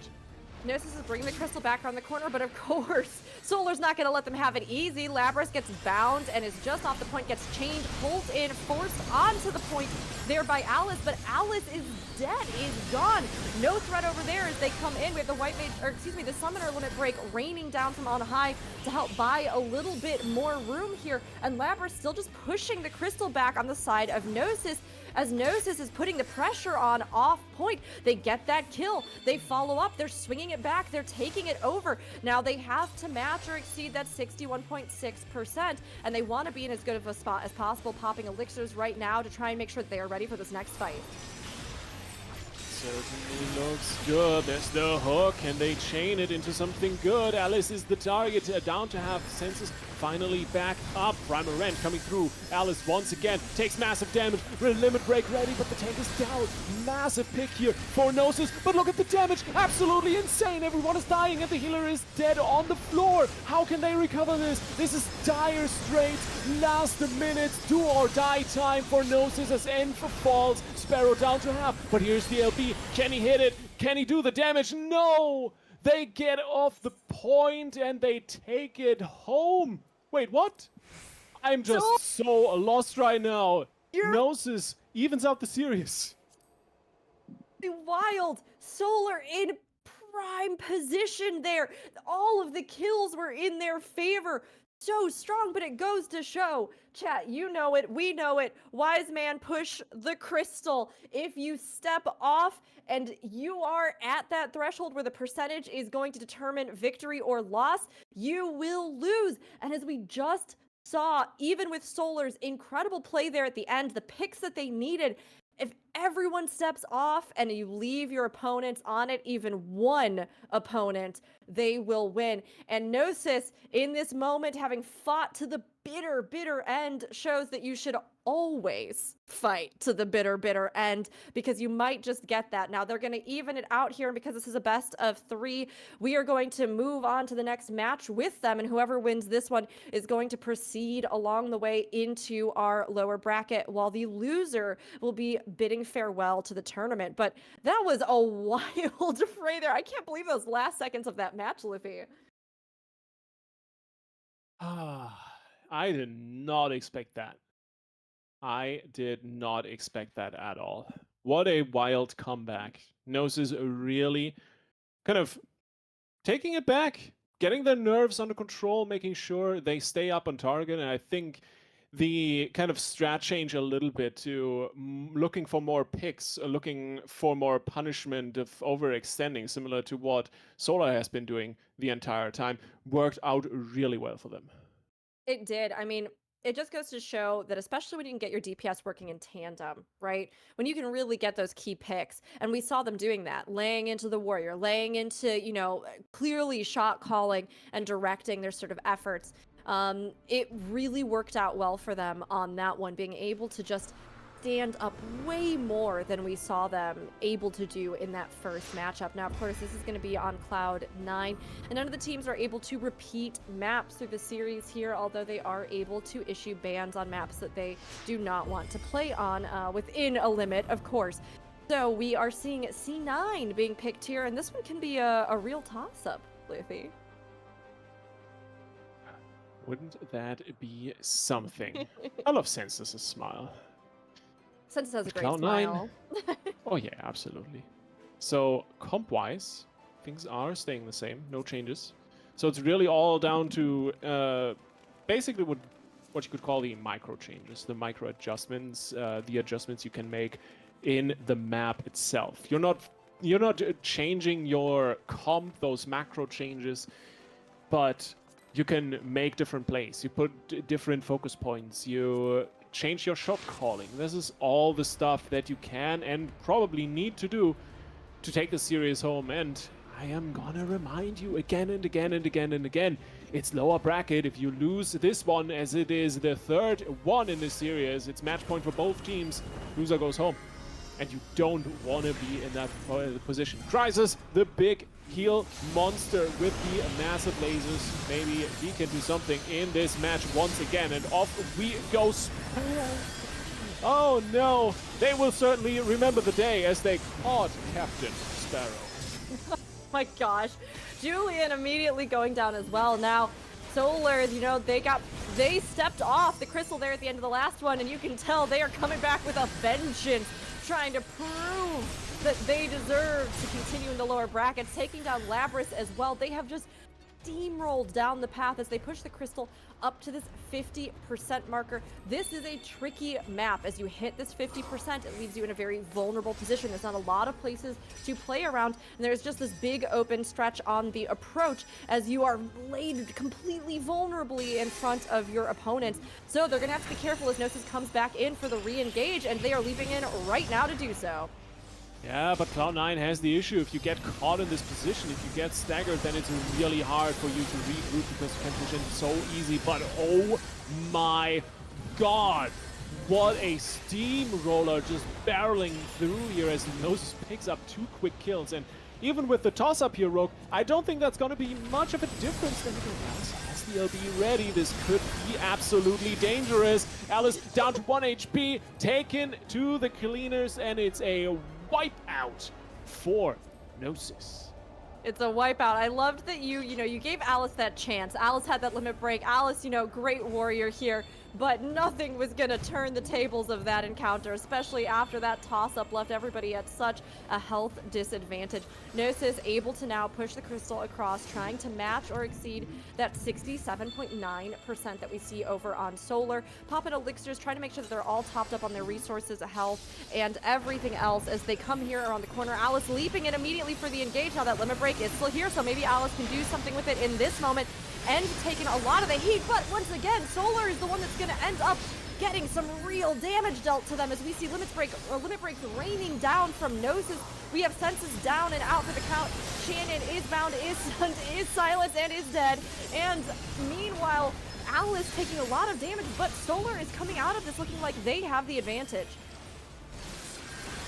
Did someone say Giga Flare? Because that's all I saw, honestly. It is insane. Double Bahamut on the field and Sparrow just bullying the enemy tank for a moment, but Alice is not easily outdone. Sparrow just back here for a second. Crystal is getting pushed. All in all, a little bit of a breather here. We should have the next toss-up coming in sometime soon, but for the moment, teams are really just trying to regroup, and Sparrow gets punished for overextending. Sparrow gets punished for overextending. As we talked about, you can't be, lax about overextending around Solar. They go for those picks. If they see you out of position, they are going to leap on you. And they do exactly that. But thankfully, Sparrow has wings and is going to be coming back and flying back to the mid ground where they're going to be fighting it out. It looks like Gnosis is going to wait for this, but meanwhile, Solar is able to push the Crystal back up, exceeding that 50% marker and pushing up towards the end here with that chain pull in. They're starting the engagement, and that White Mage Limit Break goes out from Labrys, getting big damage on Crisis, who manages to heal up, manages to get through it here, trying to fall back around the corner to get a little bit of distance, is able to. Shannon over on Gnosis having to grab the potion as more damage just continues to rain down on either side. We've got one kill over on Solar, but Env is headed that way themselves if they can't get away, and they don't as they take some extra damage coming around the corner. The Ninja getting backstabbed. Isn't that a change of fates here for the moment? But Arimimi is the next target, taking a lot of damage. And here comes the Turbulence. Look, the guards are up, but are they up far enough? Sensus trying to get the feather. He doesn't get it. So close, yet so far, as Labrys is down as well. And this could be the turning point. Solar is trying to take over this fight, but they lose their tank. Alice down for the count as well. And with the Sparrow LB coming through, this might be more kills picked up as Crisis is taking massive amounts of damage, trying to get away. The Tornado might be good enough, but it's a 1-for-1 as Shannon falls as well. 10 seconds on the clock, and it is once again Solar in the advantage position, but we've seen the comeback already, Rook. We've seen the comeback. I mean, Gnosis, they have just been picking up steam as they go through this. Regis getting focused down over on Solar, bound and is dead.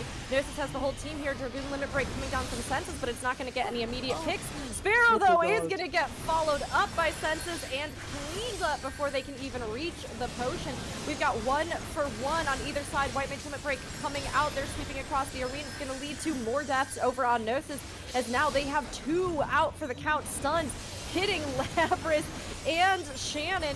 They both are able to fall back, keep in it. Julian fighting it out on point, trying to just hold this down here in overtime. Oh, it's looking good for the moment. That Sensus LB, well, didn't really do the most damage. They got all the enemy team guards out of the way. And Julian down now. This is gonna spell massive trouble because the tank is really the only one in this situation that can stay alive for a long time. Shannon already down. Sparrow, the next target. They're staggered. They're dying. They're bleeding out. Rook, Solar shining bright like a supernova. They want this series. They want to stay in the tournament, and they're really pushing it all the way. And down to have the last man standing, and that is gonna be all she wrote. It is. Solar burned bright, and they burned away the competition. Not even our former CCRC finalists, Gnosis, were able to stand up to them here, and Solar is going to continue on in the lower brackets. Well, we'll be saying goodbye to Gnosis for now. We hope to see you again soon. Always great to see them participate and compete in anything from community tournaments to the big stuff that we see with Square Enix. But, I mean, whew! These lower bracket teams, Lithy, they are just absolutely showing that the competition from top to bottom is fierce. Wait, this is first round lower bracket? Yeah, Excuse me? yeah. I thought correct, this was upper finals. Okay. No, jokes aside, yeah, I did not expect the level of competition to be this insanely high, neck to neck, both seriouses. Well, that certainly is quite the position to be in, and Deadbeats and Solar making it to the next round. They're waiting for the winners, or rather, the losers of the next 2 series we have for you today. And we got Guangdong Tigers versus Mark Ignored Hitter. something? I think you did great. Yeah, Mark ignore Cheetah Hite. Is it? No, it's Mark ignore Shiten hitters because Oh, is it hitters? the bracket page cuts cuts off it the last two off. letters.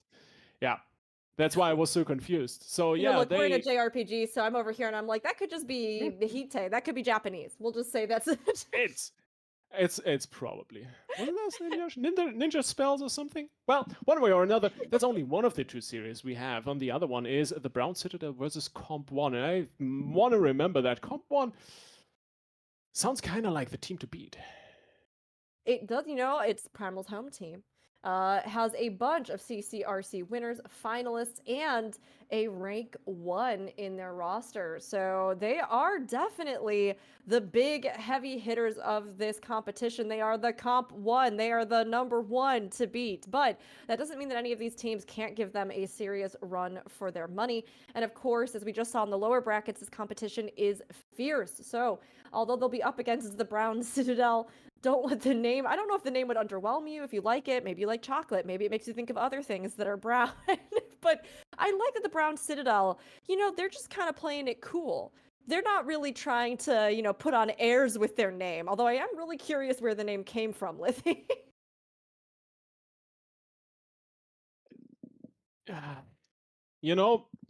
Team names are always such a curious little thing.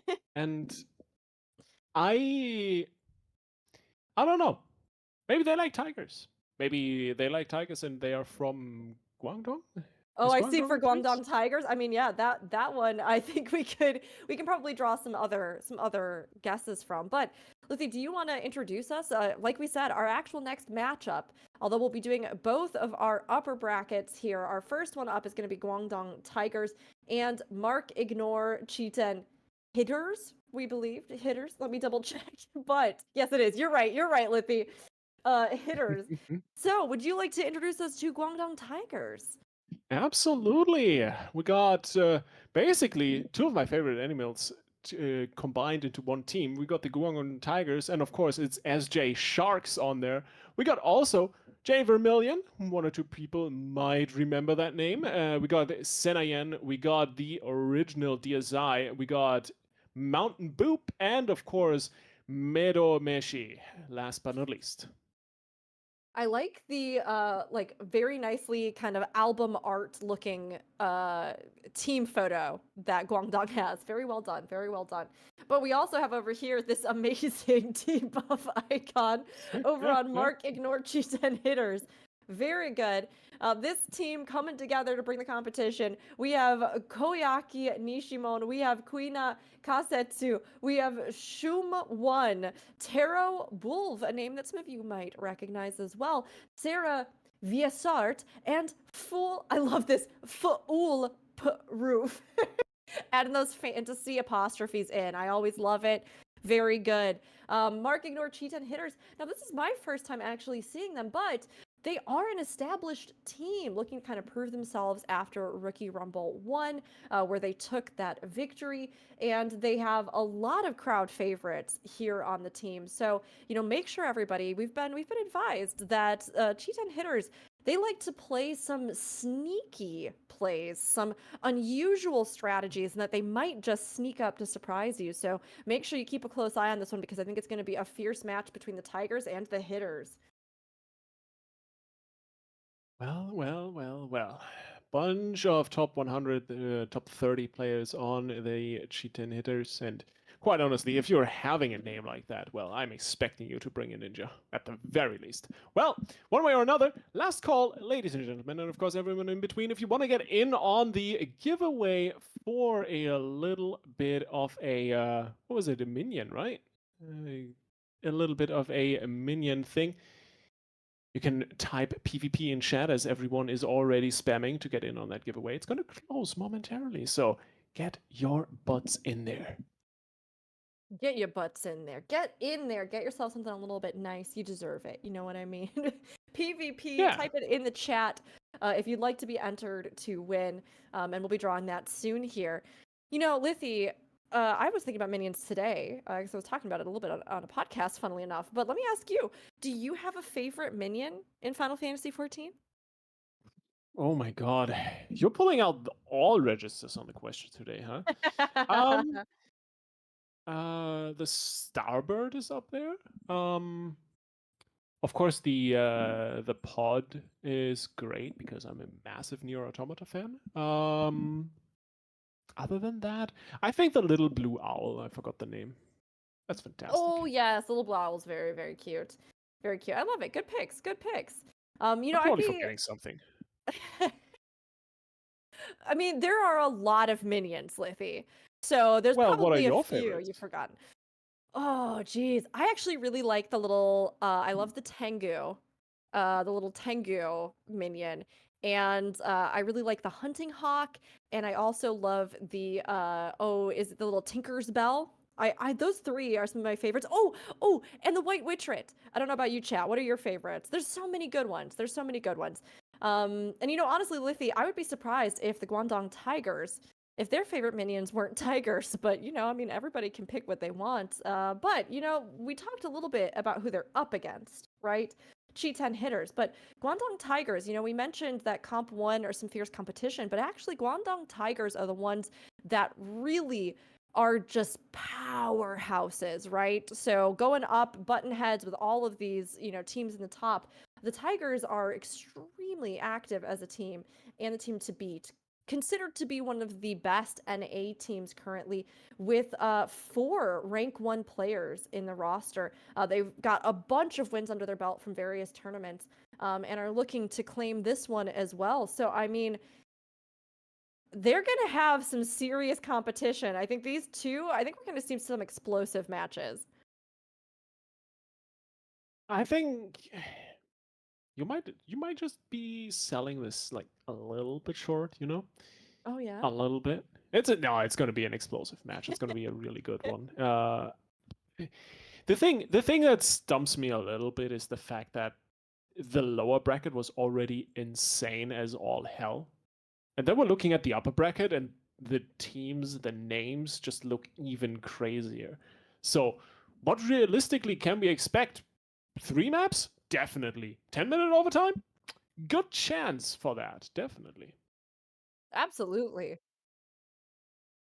I think that there is a really good chance that we see this one draw out. Now, of course, you never know for sure. You never know for sure. This could be over super fast. Maybe we just see some of those strategies come out that are unexpected from Chi-10. Maybe we just see Guangdong absolutely crush it as they come in. But I think these two teams are really, really competitive against one another. And I think we're going to see some great matches. Now, of course, we'll have to take a look at where we venture first and what kind of compositions these teams are going to be running. But, you know, Liffy, it's been very interesting, even since we were casting CCRC, right? Here tonight, we've seen almost exclusively white mages and not nearly as many astrologians as we did. I don't know if you've noticed any other sort of comp changes that we've seen, but as a white mage main myself, you love to see it. I'm excited. Here we are. We've been here the whole time, but we're strong. We're ready. Yeah, it's been an interesting twist. You got to consider that we also got to cast EU CCRC, and historically, not just in Final Fantasy, just generally in games, the meta across the regions changes or is very different sometimes. So maybe not too surprising. And speaking of Astros, we finally got the double healer coming in here. Rogue, are you happy? Yeah, I'm pretty sure you're happy. Happy. I love seeing the double healer on either team, Astro versus Scholar Showdown, but I also have to call out that booty shot on the portraits. Don't think we didn't see that. Well done. Well done on that. I love the squats emote, one of my favorites personally. But Liffy, yeah, here we are. I mean, very similar setups here with the monk and the summoners, but of course we've got the paladin versus the warrior, and we've got this scholar versus the astrologian. Now, I'll be interested to see. I love a good paladin played excellently, but we have seen even tonight that paladins can sometimes be a tricky spot in team compositions if they go down too fast, if they take too much focus fire. We'll have to see how Senna plays here, but they can also be such a delight if you get those covers and all the timing so right. Yeah, you can definitely make a lot of plays on the defensive side, but it's really all about how offensive can the enemy team get while you are doing so. And the damage is already insane on the entire team. Someone is trying to stay alive and get those warrior impact plays rolling, especially with the chains. And look at that, Miromeshi just diving deeper, looking for some picks. Overall, our Team Astra really hammering the first advantages home as Sarah is down for the cut. Maybe the trade with Meadow, but the heals are massive. Beautiful cover coming through. Beautiful cover from Seta. There is that Paladin cover you want to see, protecting Meta so that they avoid the death over on Guangdong that we saw happen on Hitters. Now, Hitters, they know that they are just at that first 50% marker, so they played it back a little bit. They're going to jump in now to engage. Koyaki does unleash that White Mage Limit Break, but takes some huge punishment and pressure from Guangdong in response. White Mage Limit Break coming out in return from Original. Slices across the field. Koyaki cannot replenish his health, almost out of mana, and really struggling as they try to fall back around this corner to survive. They are able to regroup and get back in there, and on the point, the competition is only heating up as we see Shum being the one to fall on Hitters. Beautiful Meteor Drive here from Vermilion, just hammering the advantage home. Grab the pick, and with that, the checkpoint cleared. And this is a massive step on the Palaestra. We've seen so many locked down standstills across the day already on this map, and once the team gets to break past this this halfway point on the push, usually it's rewarded with a lot of additional pressure. The Tigers really want to get going, but Vermilion taken down, and this might be the turning point, Rook. It looks like it might be, as Hitters are looking for their opportunity here, waiting on the point, trying to get Seto, getting that out there and able to lay in some damage. Guangdong taking huge hits as Mountain and Meadow are left no recourse but to fall back, and Hitters are able to try to get some percentage here on the Crystal. They've got a lot they need to match up. They're just now crossing that midway point on the arena, so we're going to see it start going up, but Guangdong are not going to hang back for too long. Senna coming back now, all the team reconvening and collapsing in on this 50% point. Yep. Gotta contest the push, you gotta contest the capture, and with the summoner down, it really looks like the Tigers are once again furthering their comeback a little bit more. It's starting to look better and better, but they are not really following up on the man advantage. Now the damage is starting to mount. Shum is done and dusted. Sarah running for their lives already. Everyone trying to get out and away in a massive guard play coming through here for the Monk, but is it enough? No, Vermilion is on his heels. Meteor Drive, knockout, 2 more down. What a disaster here for the Astra team. It is looking... I'm going to... Rook, where's my brain cells? I think they're getting lost in all these explosions. You know, Lizzie, one, it's really late by you in Germany, and 2, it was your birthday today, so you've had a lot going on.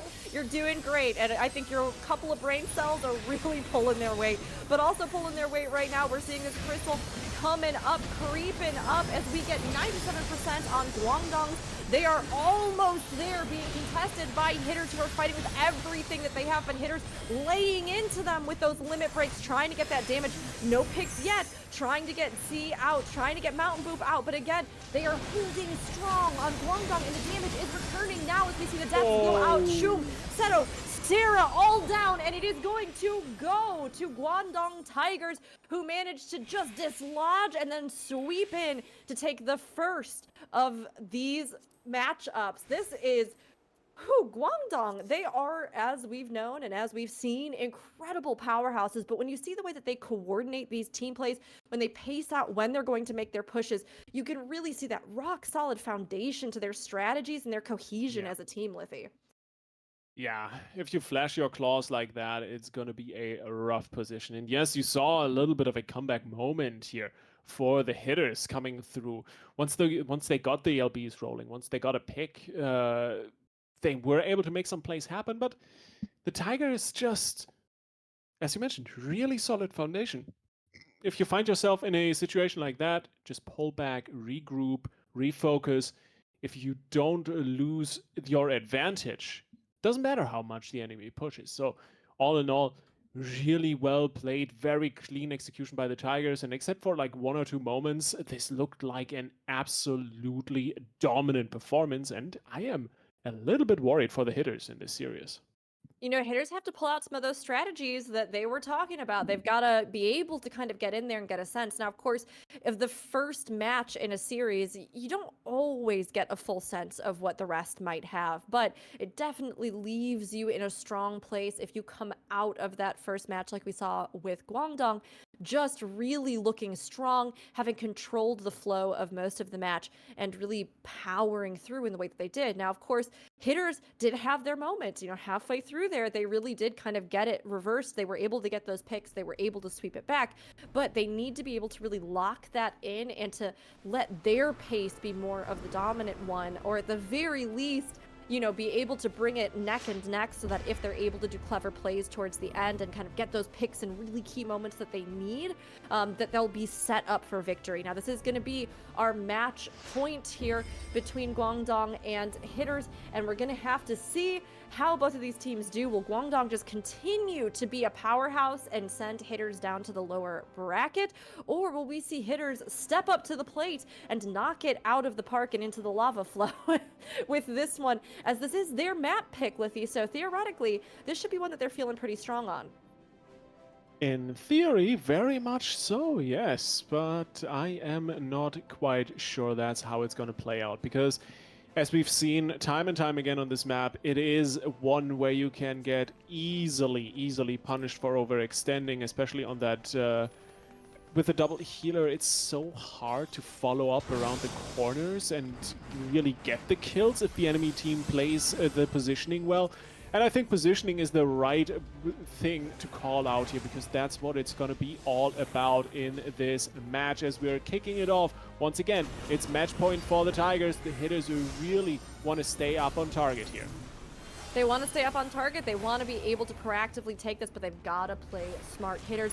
As we can see, trying to hang back around the corners, but they're going to be flushed out and pushed around as Jett leaps in here, wailing on Koyaki and getting this big key pick, taking out one of the healers right off the bat. Shum also taking massive focus fire as Jett just will not let them get away. Just keeps going for it, forcing hitters back as the Crystal continues to march its way forward. Original coming around the corner there, Blood for the Blood Lily, unleashing it, getting that finish up damage, that follow up there that is already putting hitters at the disadvantage. It is an insane rush that the Tigers are putting in here. They are leaving 0 prisoners. The tank down, the stagger is as real as it can get, and they're already on the checkpoint.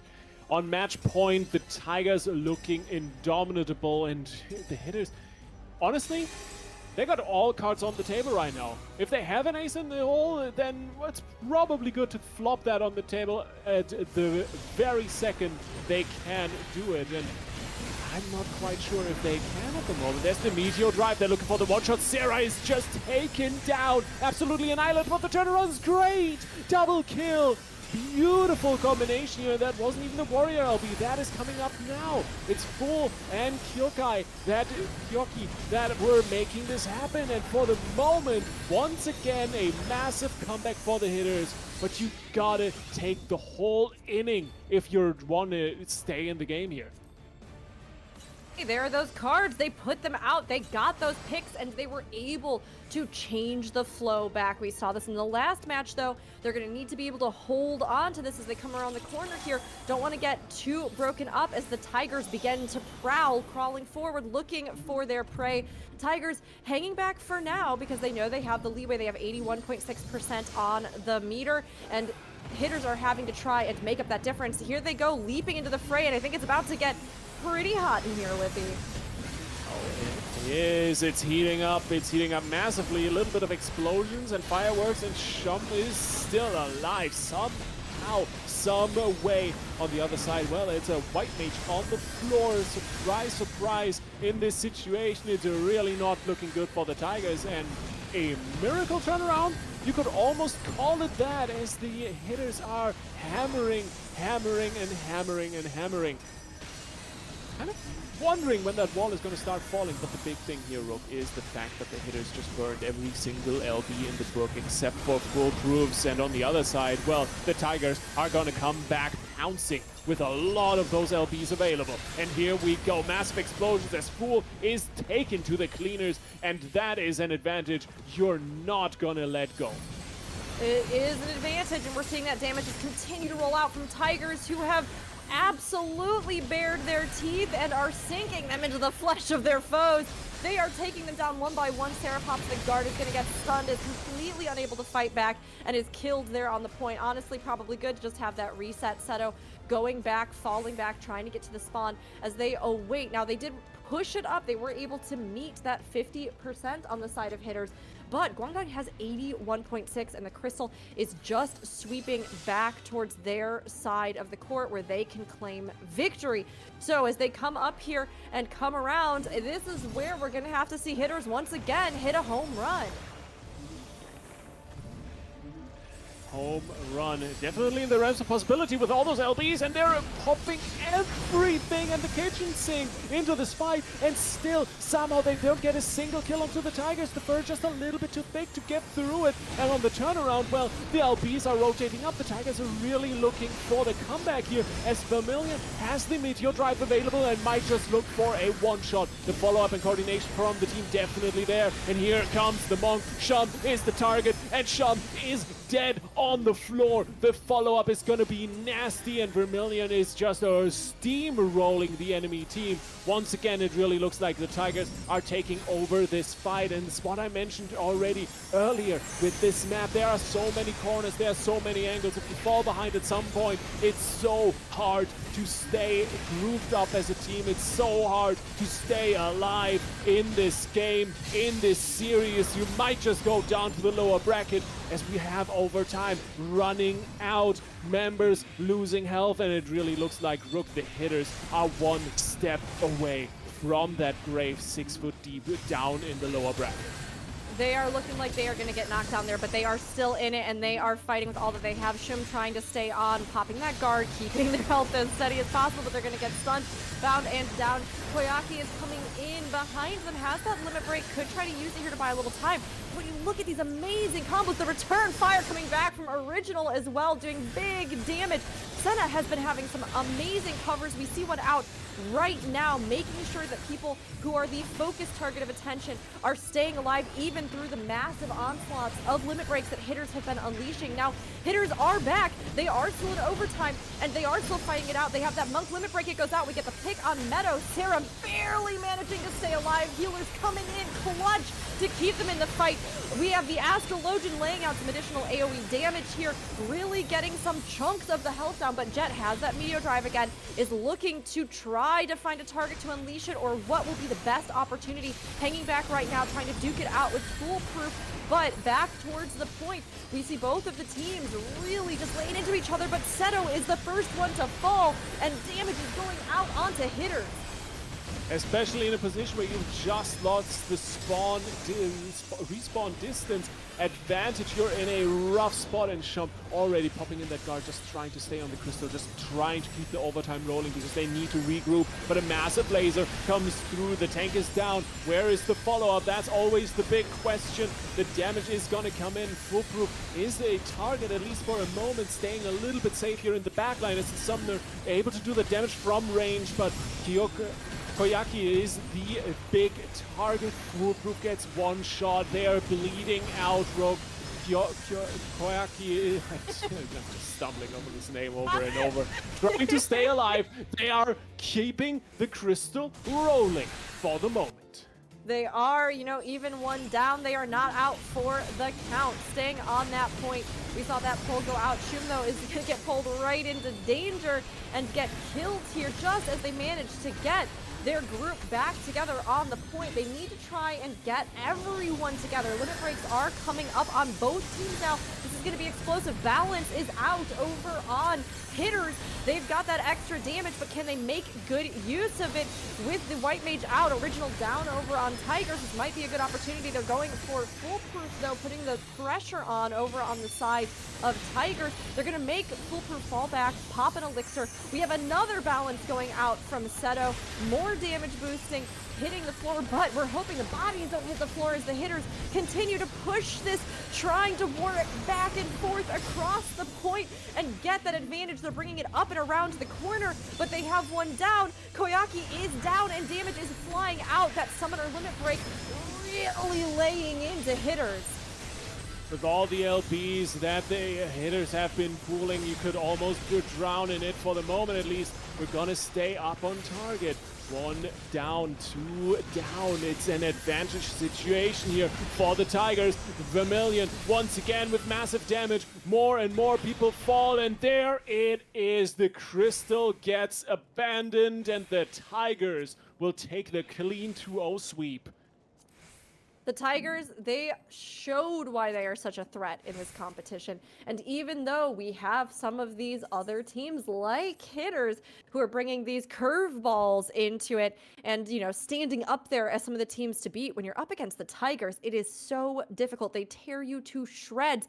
And even if it's not to shreds, I did say, yeah. Yeah. You get it because they're tigers and they have claws. And so it's like shredding.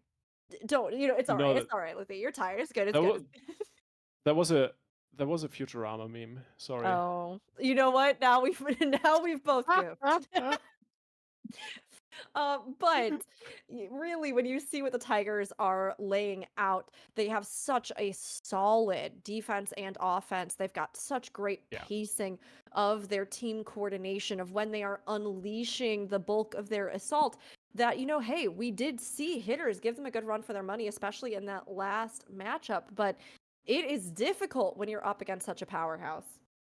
The most surprising thing, honestly, for me in that game was the fact that the Tigers had so many situations where they were able to withstand the pressure of like multiple LBs without losing a single person. The defensive play unparalleled to the other teams we've seen so far today, in my opinion. So that's definitely very difficult to beat, and especially on a map like Volcanic Heart, if you're that good on the defensive plays, on a map that's so hard to stay alive on, hats off to you, and definitely a deserved 2-0 victory. So whoever is up against them, against the Tigers, and that's what we're going to find out in just a few moments here with Brown Citadel versus Comp 1 coming up in just a second.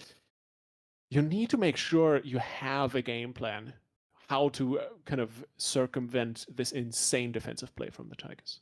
You do. I mean, honestly, we talked about the fact that Paladins, right, when they're used well, when they're used cleverly, they can be such an asset. And we saw that, I mean, between the Paladin as well as just the wonderful support that was coming out. I mean, the DPS doing their job, getting the picks where they need them. But like you were talking about, Lithy, sustaining through some of those onslaughts. When you see that the health doesn't budge or barely budges, there was an amazing moment in the last match where, as you know, limit breaks were just unleashed upon them from Hitters.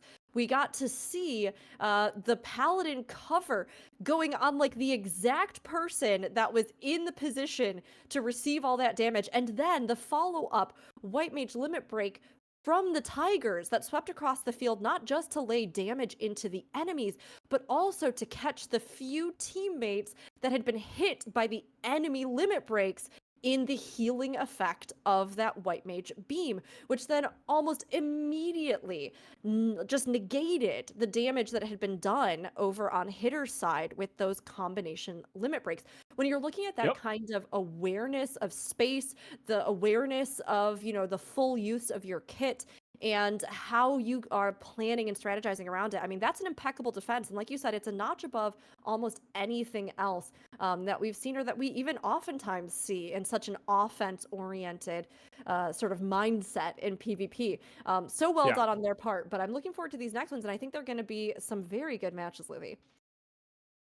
It is gonna be. And we can already take a look with these two teams coming up. Who has maybe a recipe to outcook the defense of the Tigers. And first up, we got it on the screen. I love the little bit of hard bass inspiration here for the team photo. But we got Brown Citadel coming in, and we got Atreus Auditore, we got Merlin Emrys, sorry. We got Bicycle Salesman, as was said earlier, not just any salesman, and we got Raven Midon, and of course TJ Crimson, or as some people call them, Chocolate Kitten, and last but not least, Bryce Iceland. We do, and we did get a notification that there will be an emergency sub for this set only on the part of Brown Citadel, which will be Amadeus Lionheart coming in to sub for the team. So we'll have a little extra Nice. one thrown in there, yeah. And oh, kittens! Oh no, they're cute. Oh, Oh, Comp 1 has stolen my heart. Look at all those Mikote. Very good. Over on the team with Comp 1, we've got Ari Bea, we've got Usada Pecora, Buzzy Wuzzy, NBA Superstar. I wonder what they're doing here in Final Fantasy XIV, and Ice Siensu. So not only are they cute, but they are coming to tear down the competition. You know, they're not as fierce as tigers, but they do have claws. They do have claws.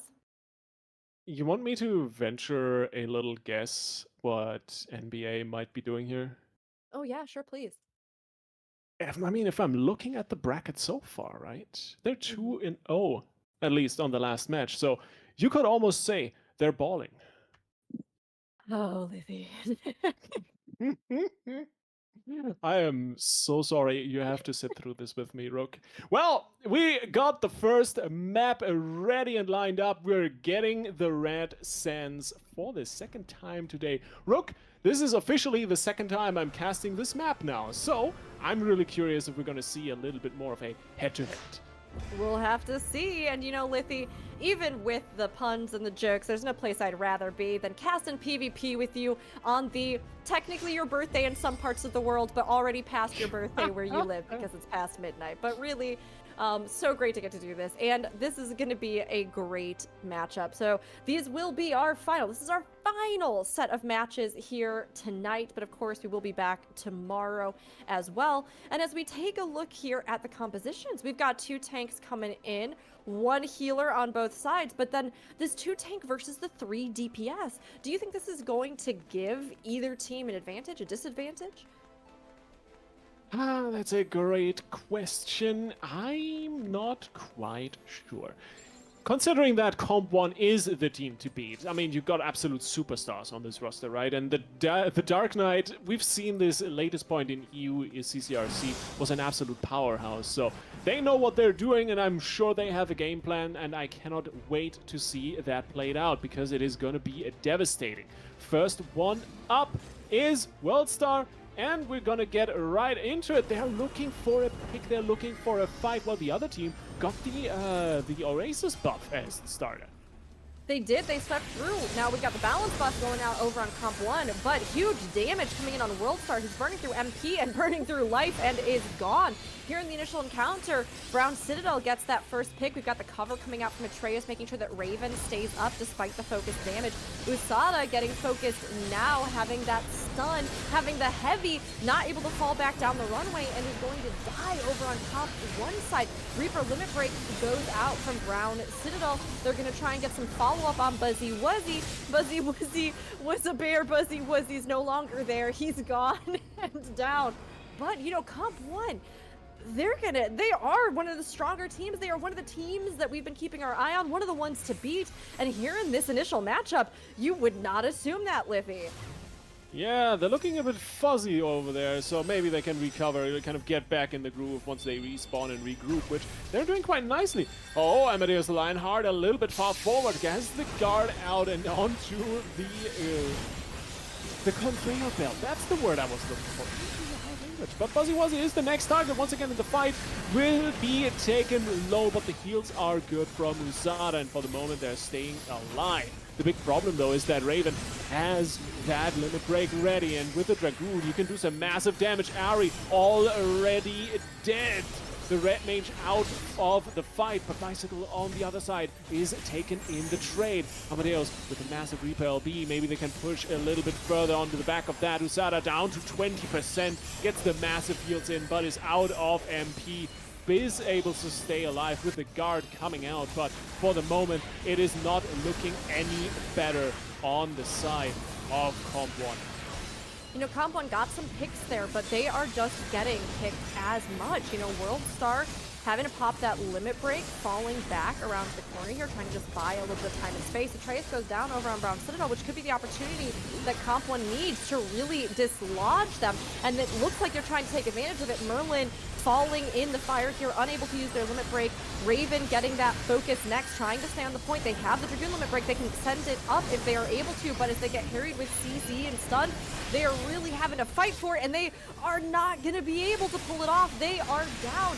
Comp 1 getting a bit of a reverse sweep here as they go to polish up Amadeus, who's falling back for their life, but their life is not going to be granted to them, and they are also going to fall. Merlin, you know, it might be wise to just kind of stay back where you are, get that buff, maybe fall back to your team. Yep, there you go, rethinking it. So over on Brown Citadel, they're going to have to come back together here as we hear that crystal going to the 50% marker and the sand effect starts to hit the field. Well. We gotta talk with Atreus. Gotta learn to walk without rhythm, otherwise the team is gonna be swallowed up by the sands, and it's not looking good right now because Bicycle is the next one to fall, but it's a 1-for-1 trade, so even footing here for both teams at the moment. Raven has that LB, so it does Amadeus, and Merlin is taken down to half, but the heals are coming through, staying alive for another moment, but the Bard has sung his last song, at least for another few seconds until he respawns. On the other side, Buzzy Wuzzy gets the elixir, and Usada is back on the mat, and for the moment, at the very least, Comp 1 pulling back after gaining an insane advantage on the map. They have really turned the tides of this map around. Of course, we have this heat effect going out right now. Everyone trying to get these sort of little puddles so that they can get the buff to manage to balance out some of that damage over time. But as they do that, Brown Citadel is kind of pushed out of position and just getting picked one by one. Ice has this ninja limit break, might not even need to use it. Bicycle goes down over on Brown Citadel. Brown Citadel getting more and more staggered as they try to fight here at the very end of the arena, trying to avoid getting it pushed all the way. Atreus on the point, just delaying with everything that they have as Ahri faces off 1v1 with them, but the rest of the team descends, and Comp 1 is closing in, forcing that guard out of Atreus, who is dodging back and forth on the point as Raven makes it back as well. They need to get their team back on Brown Citadel. They are about to go into overtime, and they are close to losing. They're fighting it out here as we get to this 3, 2, 1. Overtime officially beginning. Brown Citadel, the pressure is on. They cannot leave this crystal. It's a rough spot to be in, and you can tell Comp 1 in the middle of the match, kind of halfway through, they started to take over. That initial fight not looking too great, but they've analyzed the game plan, they've analyzed the plays, and they know exactly what they need to do to destroy their enemies, see them driven before them. And Merlin is the next target as his guard has run its course. Atreus in the fray has his guard up and ready, at least for another moment. Needs to stay on that crystal though. It's overtime. If you're off, it is over. And for the moment, the Paladin can stay alive, can keep things rolling, especially thanks to the limit break being available, but all is done now. Raven the next target, but the guards are being rotated, and at some point, Rook, you're just gonna run out, and with Bicycle traded and dying, it's really, really looking desperate here. It is desperate. It absolutely is. Amadeus having that guard on the point. Raven getting picked just off of it. Right now, Comp 1 knows that if they just take everybody that's coming to the field out, it doesn't matter. They have the advantage. They're able to do this. They're burning Merlin now, waiting for that guard to fall off before they close in. That Paladin cover can't even save Merlin. Atreus trying so hard, coming in on the point now. We have silences flying out. Gonna hit Amadeus. Amadeus has this Reaper limit break to try to buy a little bit of extra time, but with only Amadeus and Bicycle alive here, even though they are managing to get this crystal pushed slightly back towards their part, of the arena. They are not going to be able to actually make a breakthrough here unless they can get this whole team together. Damage flying out, just laying into Bicycle with me. Yeah, the big thing is Buzzy Wuzzy has the Warrior LB, there's the Shout, that's the guard's broken, and without the guard you cannot stay on the Crystal. The Dragoon LB buying more time here for Raven, but the stuns and the slows and the CCs are in. Merlin barely gets the guard out, but where is the end of the line? I'm pretty sure it is right here, right now, Rook. No, never mind, Atreus has another guard, just get the Paladin on in. Get him all in, one by one, gets kicked off the point, and that is all she wrote. That is all she wrote, but of course this is the first match of the series, so although we saw really Comp 1, I mean, they came in after that initial sort of push, they absolutely took just massive dominance of the entirety of the rest of the match.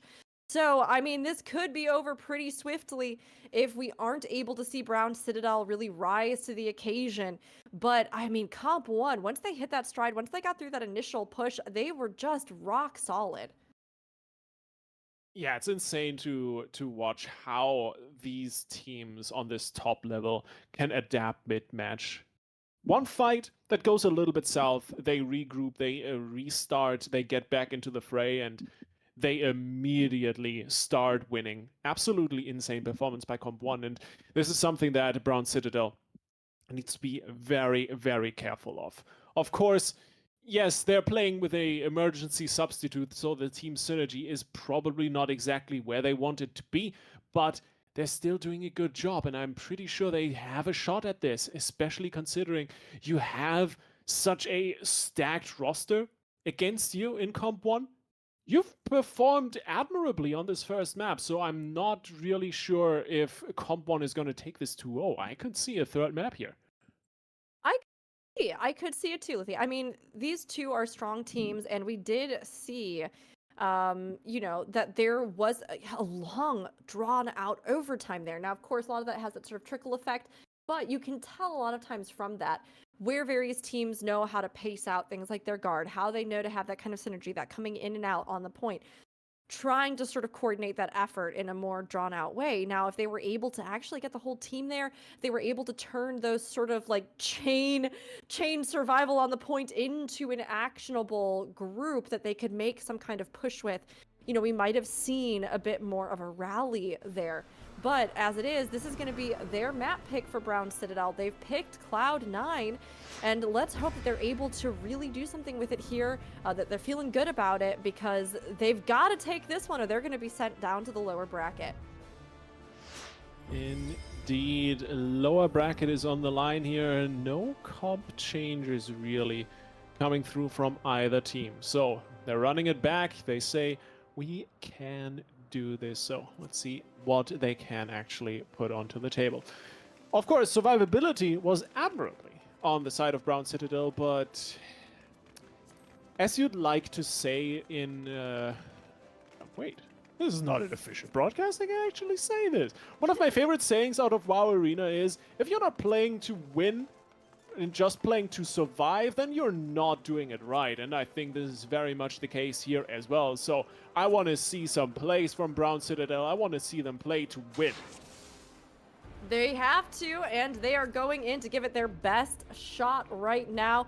Now, we have both teams bringing roughly the same to the table. Although we see this red mage over with Comp 1, which can be a strong asset on this map. Neither team gonna waste any time as they leap in to show that they are here to play to win. Comp 1, again in this initial attack, taking the first death. They have that red mage out, but Atreus taking big damage, having to pop that guard, trying to fall back, trying to get a little more damage out in return, hoping they can take out Worldstar, who's burning through their mana, but Atreus is hanging on by a thread and is going to snap. They are gone here. Worldstar, though, does immediately follow after. Yeah, a little bit of feints going on here, breaking the other's ankles, and if you're balling that hard, well, some heads are gonna roll sooner or later. But at the moment, it kind of looks like Brown Citadel starting off just as well as they did on the Red Sense. The question is, can they keep it going? for the moment, well, they're pushing up onto the checkpoint. This is where it all is going to come down as we get the first turbulence thrown in. Bicycle should be fine, has the guard up and ready. And now the regroup is going to come through. Wazzy is almost back alive, and now we're talking about it. Now we're talking. Now they have this vulnerability as they come up and they're very exposed, but the damage that they are laying out, Ari can't manage to do anything. So that Red Mage Limit Break unused as they fall. We have Brown Citadel really looking for these key picks. Dragoon Limit Break comes down from Raven. It does lay out some damage, but it doesn't get any immediate picks that cover onto Raven, helping provide some extra sustain through this. Merlin taking huge damage, getting that stun, trying to fall back, gets bound and killed. Not able to escape. We've got limit breaks over on Comp 1 that are ready to be used, and Brown Citadel is trying to get them out of play, taking USADA out so the Astro limit break cannot be used in this moment. This is looking good, not to jinx it, for Brown Citadel, who are pushing up and getting closer and closer here, 83% and beyond as they get this final stretch. Yeah, Buzzy wasn't getting onto the point with the guard. The Perennial coming through as well. Grand Cross, everything. Kitchen synced in this situation, and they get a kill for it. It tanked down. The Paladin is gone, and Raven is the next target. Massive damage onto the Dragoon, down to 20%. Doesn't even get the guard onto the Crystal. So much damage coming through. What a wonderful fight here from Comp 1. And you can tell the restraint in there. They brought in the Yell, they brought in the Grand Cross, and then finished it off with Ice's limit break, but they're holding World Stars and USADA as LBs for the next fight. Beautiful rotation, and this is going to give them resources to work with. Is this the big turnaround we've already seen on the Red Sands? Is this the adaptation coming through once again? We'll have to see. We'll have to see. Limit breaks are coming up for Brown Citadel as well, but they are being prompted into the encounter as the Crystal here approaches the 50% marker. Everybody rushing here into the point, trying to challenge World Star, who has that limit break. There it goes, popping it down to sustain through. Buzzy Wuzzy, though, is going to get picked in this exchange. You see the Reaper limit break as well over here, ready to be used in the Dragoon, looking to pair it. Both of them going out from Brown Citadel and dropping down on Comp 1, getting that pick on Eyes, getting that follow-up on World Star, and whittling away at USADA, who is burning through mana at an alarming rate and is down. A huge counterplay from Brown Citadel that really has put them in the running here for us to see that third match, Liffy. An insane fight. Comp 1 got absolutely dunked, but now you have the next turbulence coming in, and you either take this to the face and take the damage and heal up afterwards, or you burn your guard and don't have any of those guards for the next fight. A little bit of a dire situation here, and you see all the LBs rotating back up, while on the other side, of course, Comp 1 has them ready and available. They take over the Crystal, they take over the push. Can they find picks? That's the big question. The pick is Ari once again. This strat change here from the Citadel to take down Ari whenever possible is really paying off, and Comp 1 is struggling to deal with it. They are struggling to handle it, but they do have those limit breaks. Raven tosses their limit break up over on Brown Citadel, drops it down, and again, it's gonna get big picks over on Comp 1, taking out World and Ice in a big hit here, and keeping the Crystal up in their favor as the fight continues on. Now that silence on Merlin shuts them down for a brief second, but they bust out of it and continue to lay into Comp 1. Comp 1 has these limit breaks, but they may not be able to use it. Overtime about to hit on the clock. The advantage is currently in Brown Citadel's court, but they need to hold here. They're getting those picks. They're trying to stagger, even as they are being contested by Comp 1, who needs to keep somebody on this Crystal. There goes that guard from USADA, but USADA cannot stay alive. What an insane burst of position that just came through. It's absolutely insane. They're getting cleaned up like nothing. Only Buzzy Wuzzy is standing in between them and map 3 at the moment. If they have the damage, this warrior is going to be done, dusted, and taken out. Cloud9 goes the way of the Citadel, and we're going to map 3. Map 3, here we come. This is the kind of action we needed to see from Brown Citadel to keep them in the running, and it has indeed. They are still in this fight, and they are showing that they can stand up even against one of the favored winners, Comp 1. Comp hasn't won it yet, but they are going to be trying to, as either of the teams who lose in this next match will be sent down to the lower brackets. Of course, they will not be out for the count. They will still have another chance to continue to fight their way up. And honestly, after seeing this performance, Lithy, I wouldn't be surprised if we see both of these teams ending up, within our kind of finals lineup. Yeah, they're looking pretty strong. Comp 1 struggling a lot on this map right now. I'm not quite sure if I want to put it on Brown Citadel just being able to punish Ari, whatever what is happening, basically. And, sorry, in any situation, really. Ari was getting picked left, right, and center. And if you're able to do that over and over and over, it's no surprise that you're winning. So what can Comp 1 do to change it up for map 3? Is it really just Cloud9? Was it really just the map and the game plan? Is Brown Citadel just so much better on Cloud9? I'm not quite sure.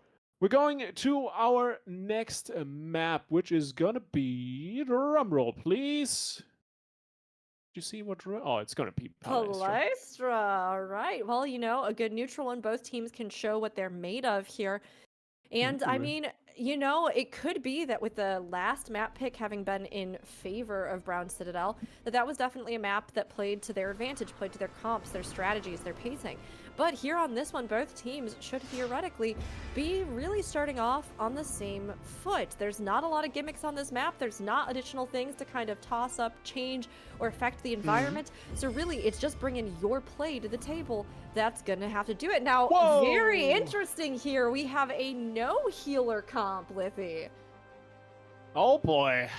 Gloves are off. Comp 1 putting the foot down and they're saying, hey, you're one-shotting our red mage? Alright, we want to one-shot everyone on your team. Bringing in the Machinist, the Ninja, the red mage again, of course, as well as the Dragoon and Buzzy Wuzzy continuously on this warrior. This is a comp that is gonna murder you.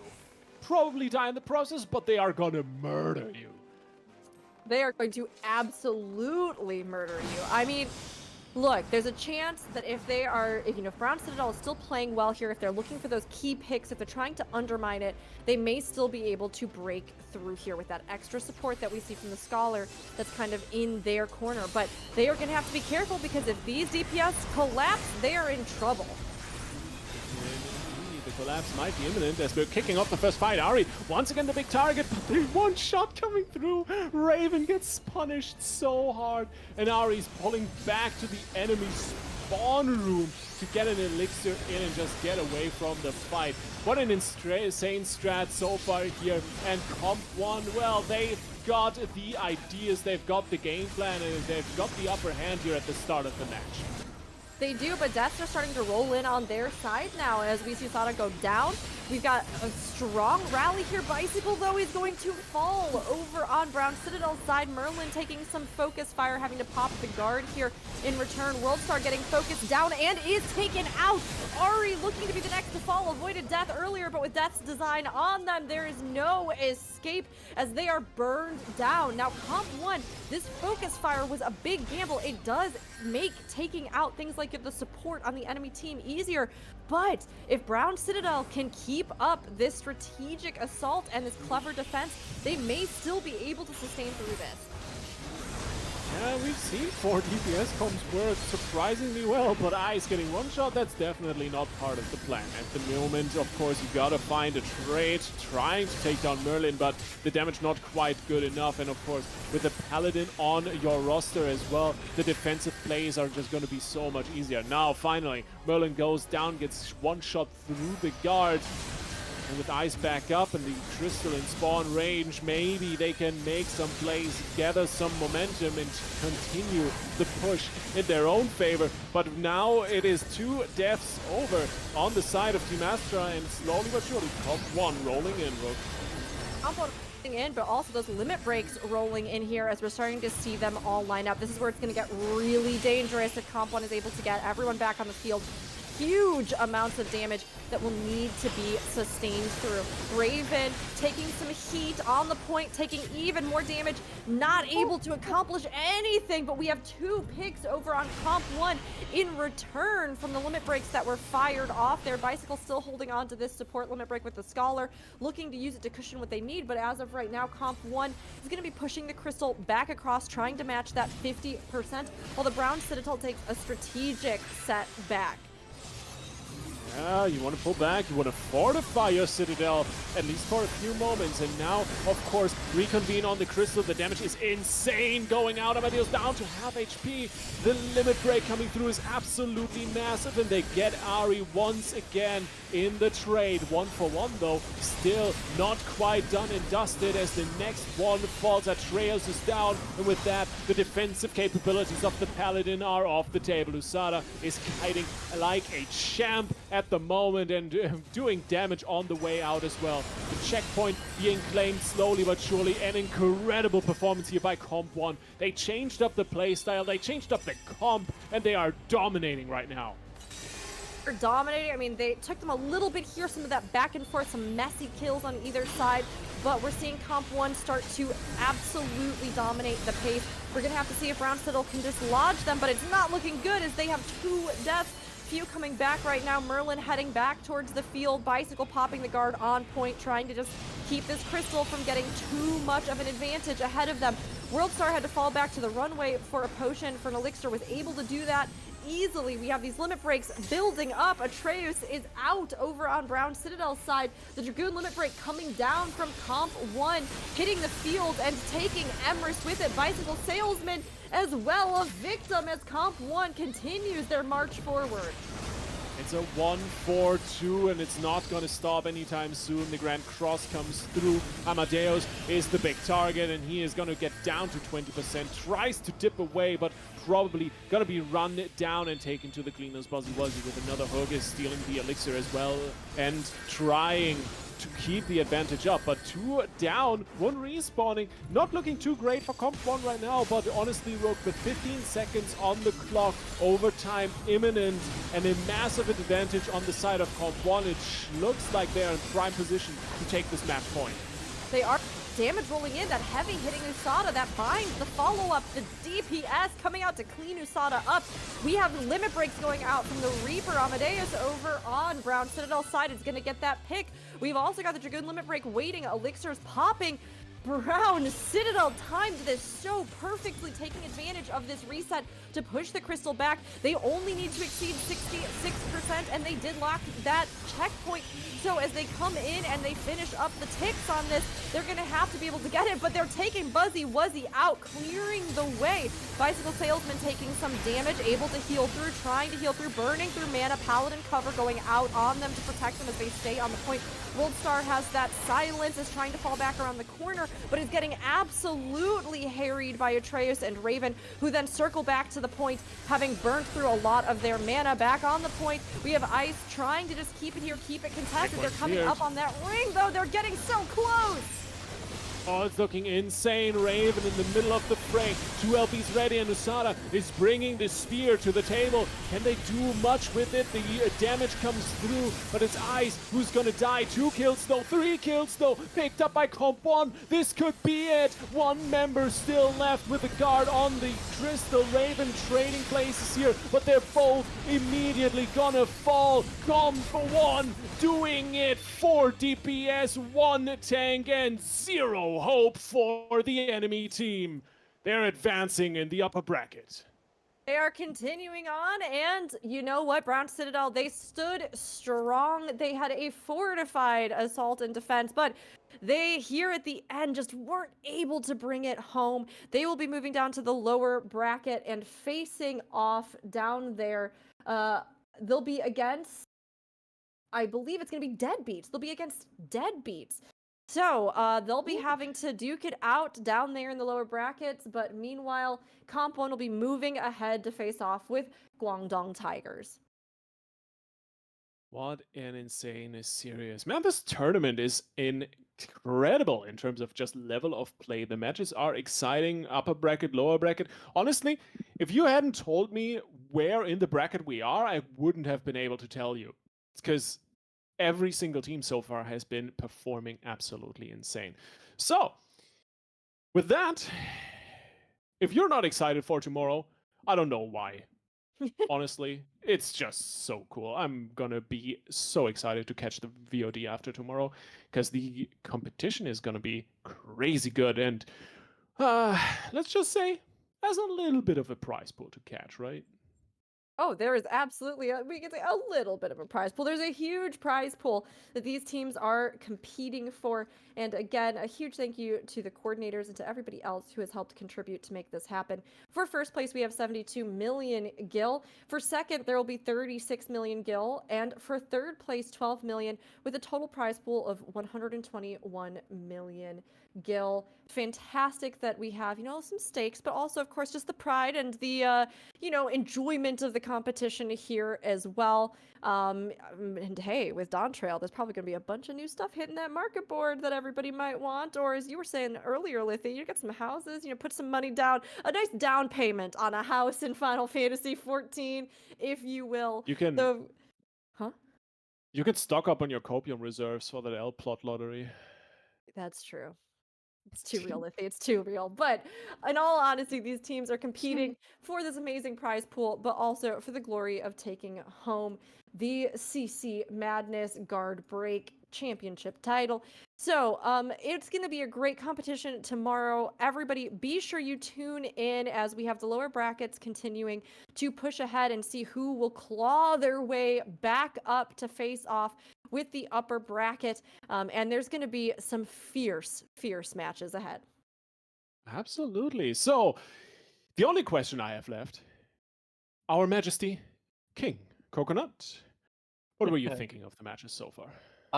They were really, really, really interesting. I'm not gonna lie, I'm a little bit I had some opinions going into the last game because Merlin has been a huge help for this Discord, so I was really rooting for them.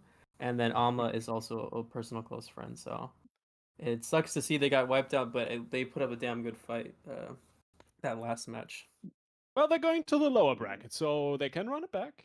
Yeah, They're still in run it. it Yeah, back. there's always that chance, so I'm not counting them out just yet.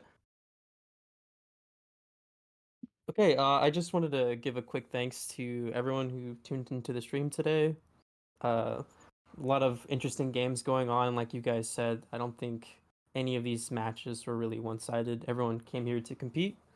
So, thanks for trying your guys' best. And another thanks to the amazing commentator duo from the CCRC EU. You guys are amazing as usual. And the other announcers we had earlier, Alice Schuberg, Amadeus Leinhardt, Zeke Iwuza, and Pio Pio. And to the staff that helped me put this together. Honestly, this couldn't have been done without them. Erica working the camera, Goemon getting the PF stuff. I mean, most of the bulk of like the rules, the teams, and everything set up, as well as Erilyn and Silanis for handling the PFs. So it couldn't have been done without them. So yeah, that's mostly what I wanted to say. Yeah, thank you so much for having us, and just compliments to the organizers. This is absolutely incredible, and it's a pleasure to be part of it. Well, it's a pleasure to have both of you guys. I was a big fan watching you guys for the EU CCRC. So. Thanks. Thanks. Honestly, I'm such a huge fan of everybody's work in the PvP scene. Everybody who's putting together these amazing community tournaments, who keeps the scene moving forward, who helps teach new players or make spaces where players can come in and try out PvP at any level. It's just amazing to see. And as we all keep getting more and more hype and enjoying the new content and things coming with Crystalline Conflict, it's been really fun seeing people come to the PvP scene that maybe had not tried it before and really are starting to find that they enjoy it. So a huge thanks to all of you and everybody with the community efforts for it as well, because it makes it a lot more fun and exciting for all of us to be a part of. Yeah, and I can't wait till Dawntrail comes out to see what those 2 new classes can kind of really spin up things a little bit here in the PvP scene. So it's gonna be really interesting. All right, I think that's it. join us tomorrow around the same time for day 2. So I hope to see all of you guys there, and I hope all of you have a wonderful night. Thanks again. Bye.